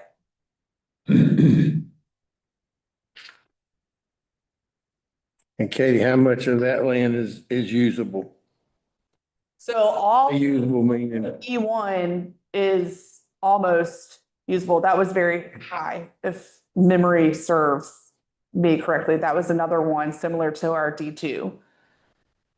And so this area is, it says 30, what we were quick numbers were about 36% of this area that is being proposed is unusable. 36% was unusable or usable? Unusable. Okay. It's not bad. and let's They say no. 10 Say no. acres. I'm gonna phone a friend up here. Why do we need unusable land? They give you parkland because it's unusable. Good evening, Kurt Pfeiffer with Ravenel. Try to pull up something here real quick, just so I can get the numbers right. I did a quick topo analysis of, especially on the 2.2 side park over here. And there is not a slope that is greater than 3% on that side. Okay. So that's good. From the roadways all the way down the stream buffer. It's probably one of the flattest sites out here in this area. On the other side of the creek, that little sliver, there are some slopes up to 10%, but as far as everything that you see on screen, nothing would exceed 10%. Okay. Okay. But the section between E1 and 2.2 is quite steep. It looks like it because at the scale that you're looking at, but there is no slope over 10%. No slope over 10%. Okay, all right. So if we selected this one, thank you. If we selected this one, this option, we would have an economic savings somewhat because you have all your personnel there as opposed to your services there as opposed to spreading them out further. Some savings at least.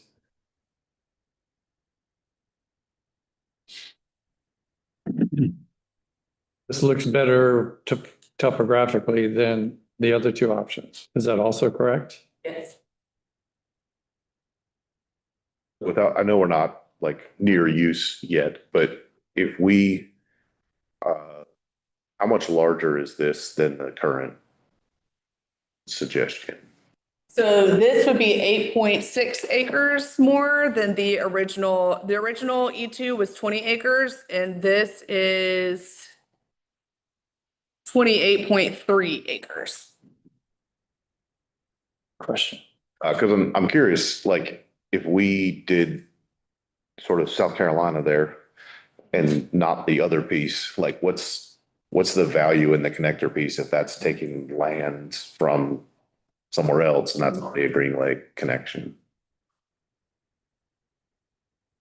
I know you can't speak without use, I guess, but it seems like that's the least usable land. And if we kind of treat, the creek would probably have us treat these as separate parks anyway. But I don't know.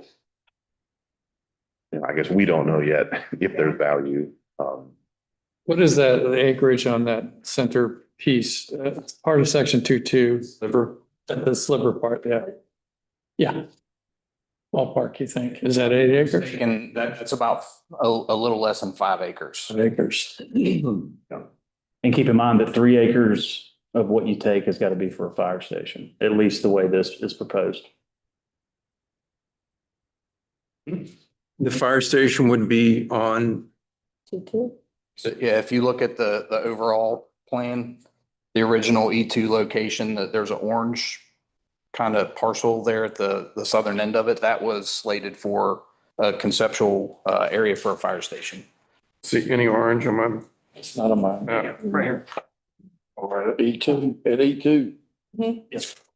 Different map. Page 3 of your packet. So this is looking to approve fire location change? I'm sorry. This is really hard to follow. It's really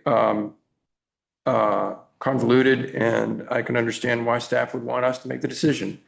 I need clearer preparation for this. I need an advisory board recommendation rather than an NA. And I'm going to move that we table this. Also, I need an understanding of the relationship between this and population density. Because it's going to impact our NERPA score. So, yeah, I'll table it indefinitely until staff can deliver that. I'm sorry. Well, I can't say that as of last week, whenever we were discussing with the Parks and Rec Advisory Board, they did say, if we were not able to make that connection with the Jordan Lake across that property, then their choice would have been for the option 3. So take that as today. Writing.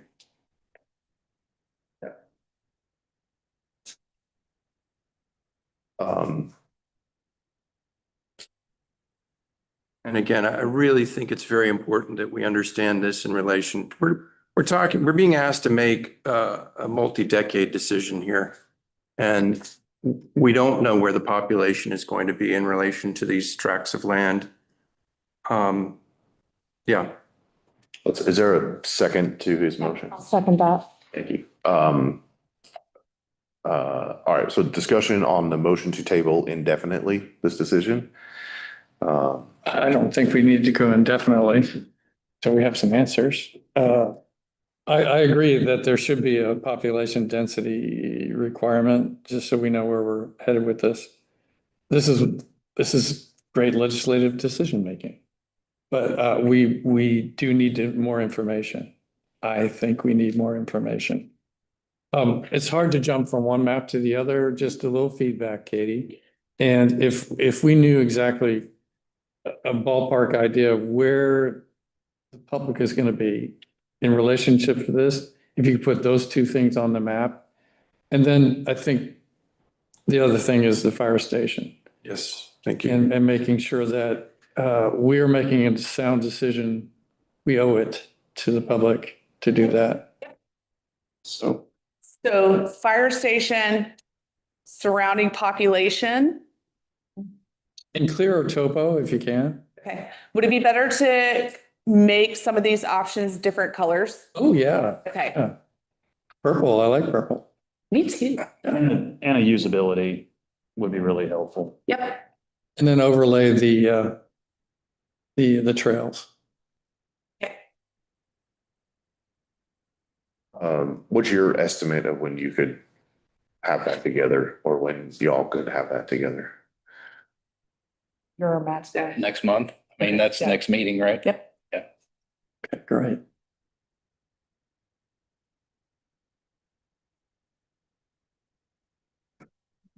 You want to modify your motion to next meeting? Yes, if you're looking for a Parks and Rec Advisory Board specific decision, then I could see about a special meeting. Am I misspeaking on that, Carrie? You can call a special meeting, but that means this would probably wait till June. And we may need 2 months to flesh a lot of this out anyway. Okay, good. I think it'd be great to have a map for each of the options so that we have a fair amount of resolution blown up. And pros and cons for each of them from staff perspective. And if that's presented to the PARB, I'm sure they'd be willing to present a written report. And their recommendation is very important to me. Pros and cons, as Commissioner Foley pointed out, could include the fire station considerations, ingress and egress, traffic. I mean, we want these to be in proximity to the population densities, and we just don't have that information. And that's also presents its own dynamics, right, with pedestrians and vehicular comings and goings. So thank you for hearing me. Is this fire station location, is this what we had in the survey? Yes, sir. It is. Okay. Yeah, it was just outside, but it was close enough. And we had our fire department consultant look at it and he said it was fine. But then would the acceptance of this Parkland move the fire station? Is that what we're hearing? Maybe. I think those should be separate. Like I wasn't clear that the fire station move was involved in this and had taken a piece out of the new location, whatever. So I think we should have the park relocation and then a fire station relocation if necessary. Okay.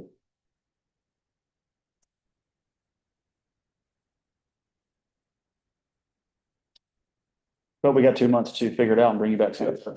Okay, modify my motion to reflect a June, tabling until June meeting. Any other discussion on that? All those in favor, say aye. Aye. And next, we have section 4.3 Parkland relocation. Right, so this is another one that we flip-flopped a little bit. This is the area, thank you, of originally in the green, the C1 that was approved in the South Village Small Area Plan. We are flipping it up just on the other side of the road. This area is going to be a high-density area and the surrounding area. Some of the site constraints that I've had listed in here has been topography is better in this area than it was if you see on C1, especially with the buffers and around that little stream bend was a little dicey for us whenever we were looking at it. One of the things to keep in mind, so 4.2, you can't really see it on this map, but in one of the other ones, it shows that there is a greenway trail that's going to be coming down the side of the property and in front of it. That's on the left. I keep forgetting. Thank you. It's on this. Yeah. Yeah, if you. There you go. Yeah. Right here. So orange, yellow is Greenway. And so higher density area, and then we have. Another thing to keep in mind is that it is also located within a transmission line right of way and includes areas subject to buffer requirements. So all of this that's coming down this way. So one of the things that we have been in discussion too is, again, this is just saying, hey, we're acknowledging that this is a good location for this and that we are approving of this location of this move from down to above. Later on, as we go, we will make sure that we have everything in accordance to what restrictions that we can and can't have with the restrictions of the transmission lines being in the right of way of what we can do underneath those lines. Should we, if there's that utility easement, should we like find out what those restrictions are first? So typically the greenway is going to go right underneath it. Okay.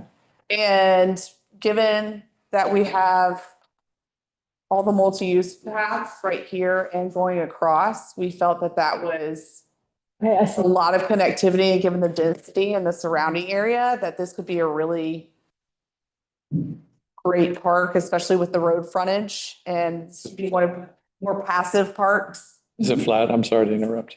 So the parts that it's looking from ours would be around 65% usability.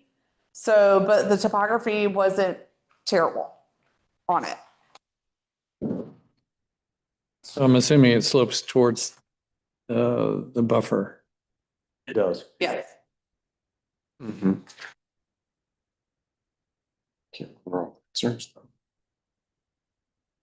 Accessibility is nice. It's right in the middle of everything. You got the trails all around it. Good 10-acre park right in the center of a lot of pretty dense. Yeah. And this one is the same location as the previous, just. Yeah, it's just flipped over. And Parks and Rec Advisory Board did motion to approve.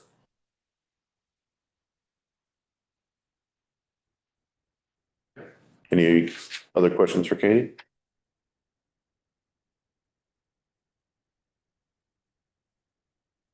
I have just one question, and it's in my mind.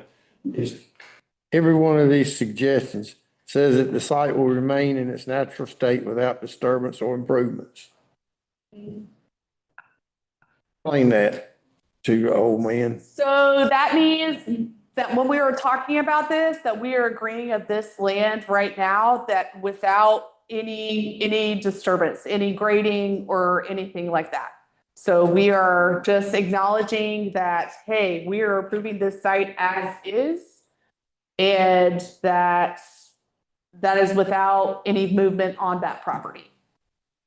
It will come back to us before. Right. Before anything is determined or anything is done at that site. And then we can change that, amend it.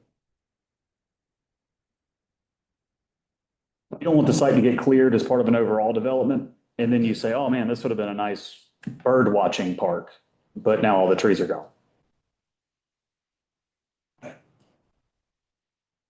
Or whatever is said. I like this one.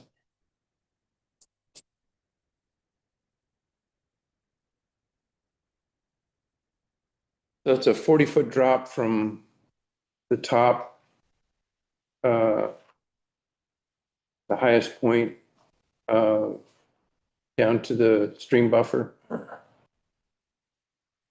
It's from 390 to 350. How many acres is it? 10.13.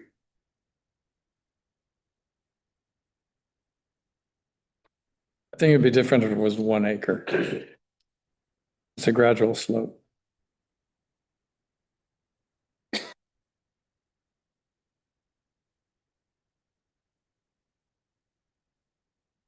Staff likes it, Parks and Rec Advisory Board likes it. And has full connectivity right in the middle of everything. Oh, Katie, I'm sorry. I am, I'd really love to see something other than NA on advisory board recommendations on your items in future. I think it's really important that we have a Parks Advisory Board and that they be given.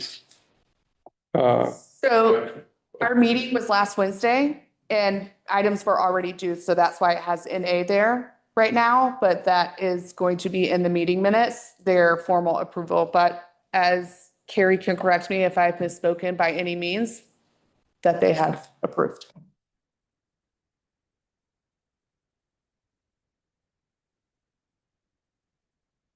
Yeah, and by scale, you got about a 600-foot distance from the 390 mark to the 350. What did you say, a 40-foot drop? Yeah, About 500 feet. What is that? 7%. I used to could do that in my head. It's late, who knows?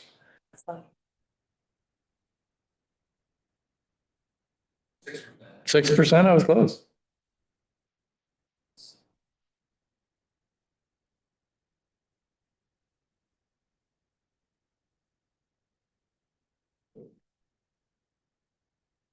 Were there other options considered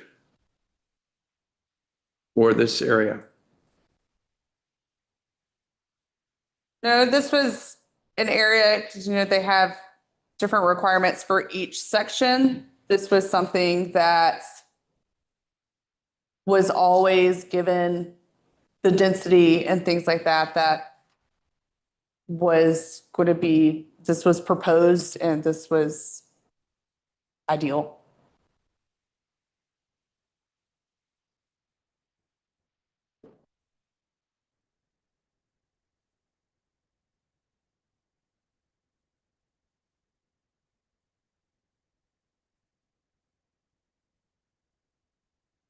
Any other questions for staff?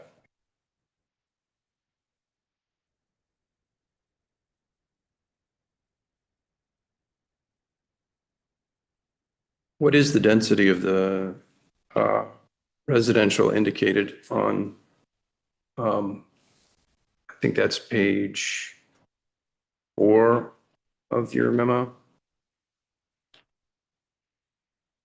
I see a lot of gray squares, gray rectangles. I'm not sure. Is that all residential? Would you like to come up here and answer some of these questions? Yes. Chuck Smith with Chatham Park. In this proposed section design plan that would be submitted, there's between 600 and 700 homes in that area. So there are a couple of, you have great questions. Thank you. And I'm not blowing smoke. I'm blowing smoke here because it's an important point. We tried to look collectively through the South and disperse so that you've talked about a 10-minute walking distance through the NRPA goals. We've been talking about a 5-minute walking distance when we look at not only the bigger parks, but also the mini parks and different things that we have to a recreation facility. So we were looking at, and we've been doing this with Katie and Jonathan for the last year and a half in terms of looking at the total picture. There's one matter that hadn't really been addressed here, but within the approval of Chatham Park, there's 7 park planning districts. 5 are in the south. There's a requirement that a minimum 10-acre park be located in each of those 5. And that, again, gets it locating where people are and kind of dispersing through the acreage as opposed to everything being grouped in one area. So and that's why you see those letters D, E, and F, because those are representing what the different park planning districts refer to. So anyway, kind of without specifically giving you density information or things like that, it's addressing that holistically from your concerns. In this case, as Katie said, it's right in the middle of 600 to 700 homes, and that's just what's in this picture. That's not what's also just off of the picture. Where the activity center, that's where the most density is just to the right there, where the title block is in the drawing. It's not part of this section design plan, but when you look at the sections or the activity centers where density, and really you've spoken to this a few different times, both in the north and here, but if you're looking at where the majority of density is going to be, is just to the right of Robeson Creek. So that's Chatham Parkway on the bottom of this drawing. What is called Eubanks, I think, right now on the top. The road going through it is, I think, Lorax Extension is on your thoroughfare plan. That's why the park is located on this. You've had a desire to locate parks on these higher traveled roads as opposed to back in the back of a neighborhood or something. That meets that requirement. And then density, more than thousands of units, will be just to the right of this picture. More than thousands of units. Yes. Most of our density in the south is going to be just to the right. Excellent. Okay.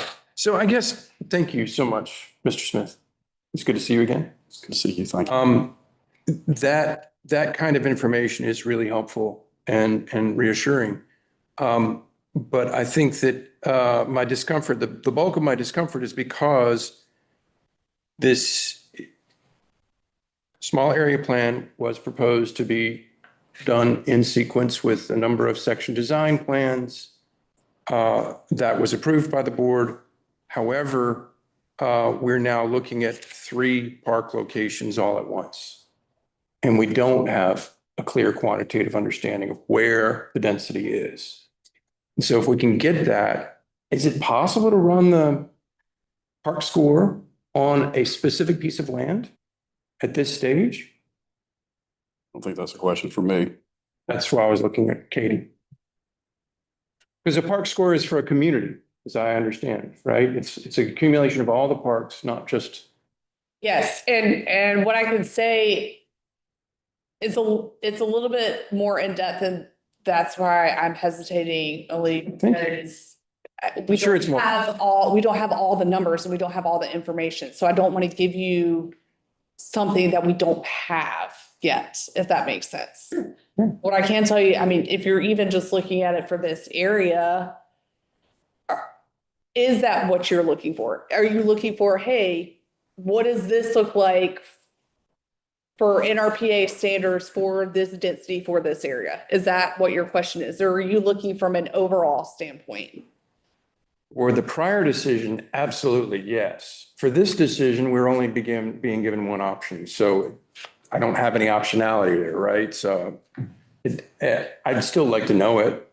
I think it's important to know. Okay, so we don't want something for this one, or we do want something for this? Saying I would like to know. Okay. For this one as well, but it, like I said, it doesn't, there's no option B or C or option 2 or 3 with this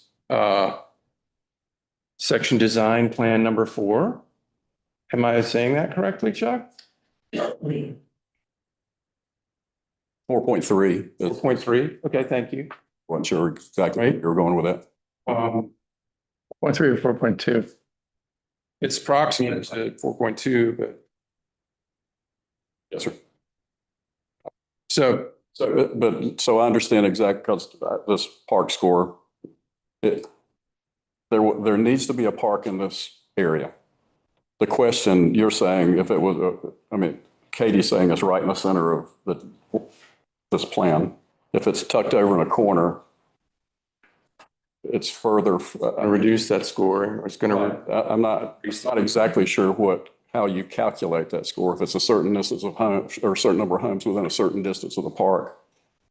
It's this, I believe ChatGPT is telling me it's the 10-minute walk.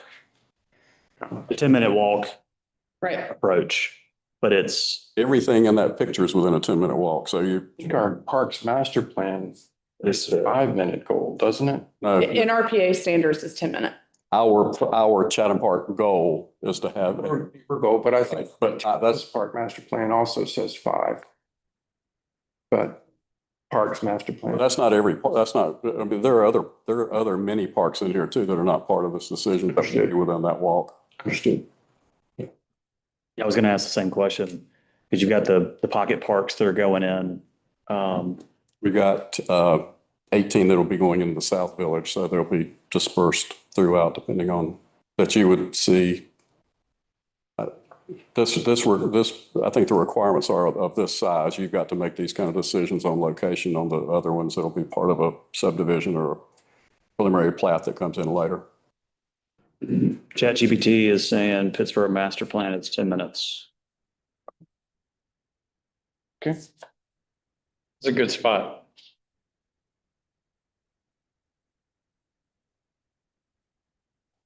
It's a great spot.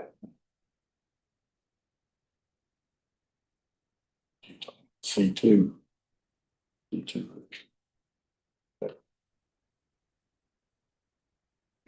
Saying the park score is. I'd like to make a motion to approve the relocation of Parkland identified as section 4.3C1 to the proposed location with the understanding that approval is for the land in its current condition and that the site will remain in its natural state without disturbance or improvement. Thank you. Is there a second? Second. Commissioner Foley, any other discussion?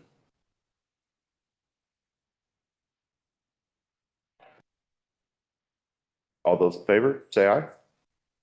Aye. Any opposed?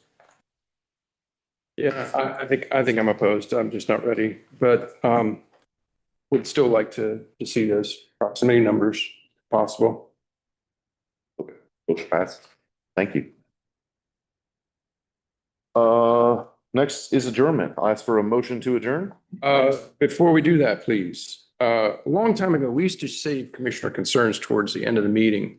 And I do have a concern that I've been chewing on after Shorty's presentation on the flock. Excuse me, Chief Johnson.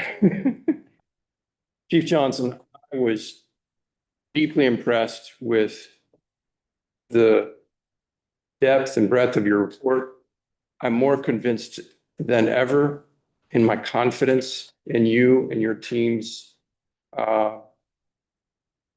concerns about safety and your diligence and carefulness in applying the law to protect the town and townspeople.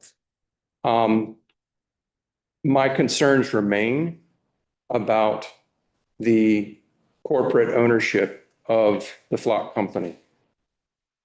I think you've heard me say in writing, and I'll say verbally, I am not interested in taking away tools for your law enforcement.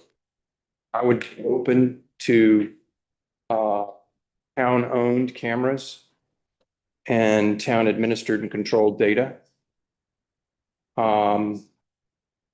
What I'd really like is if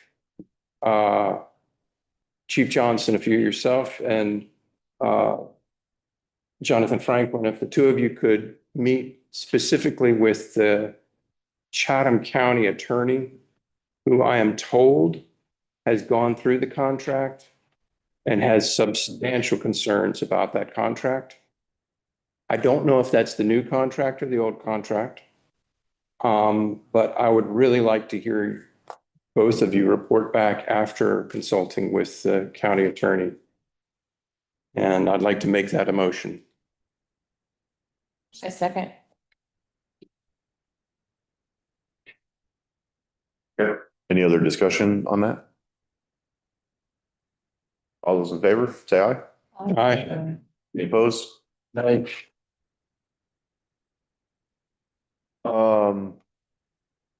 Motion to adjourn.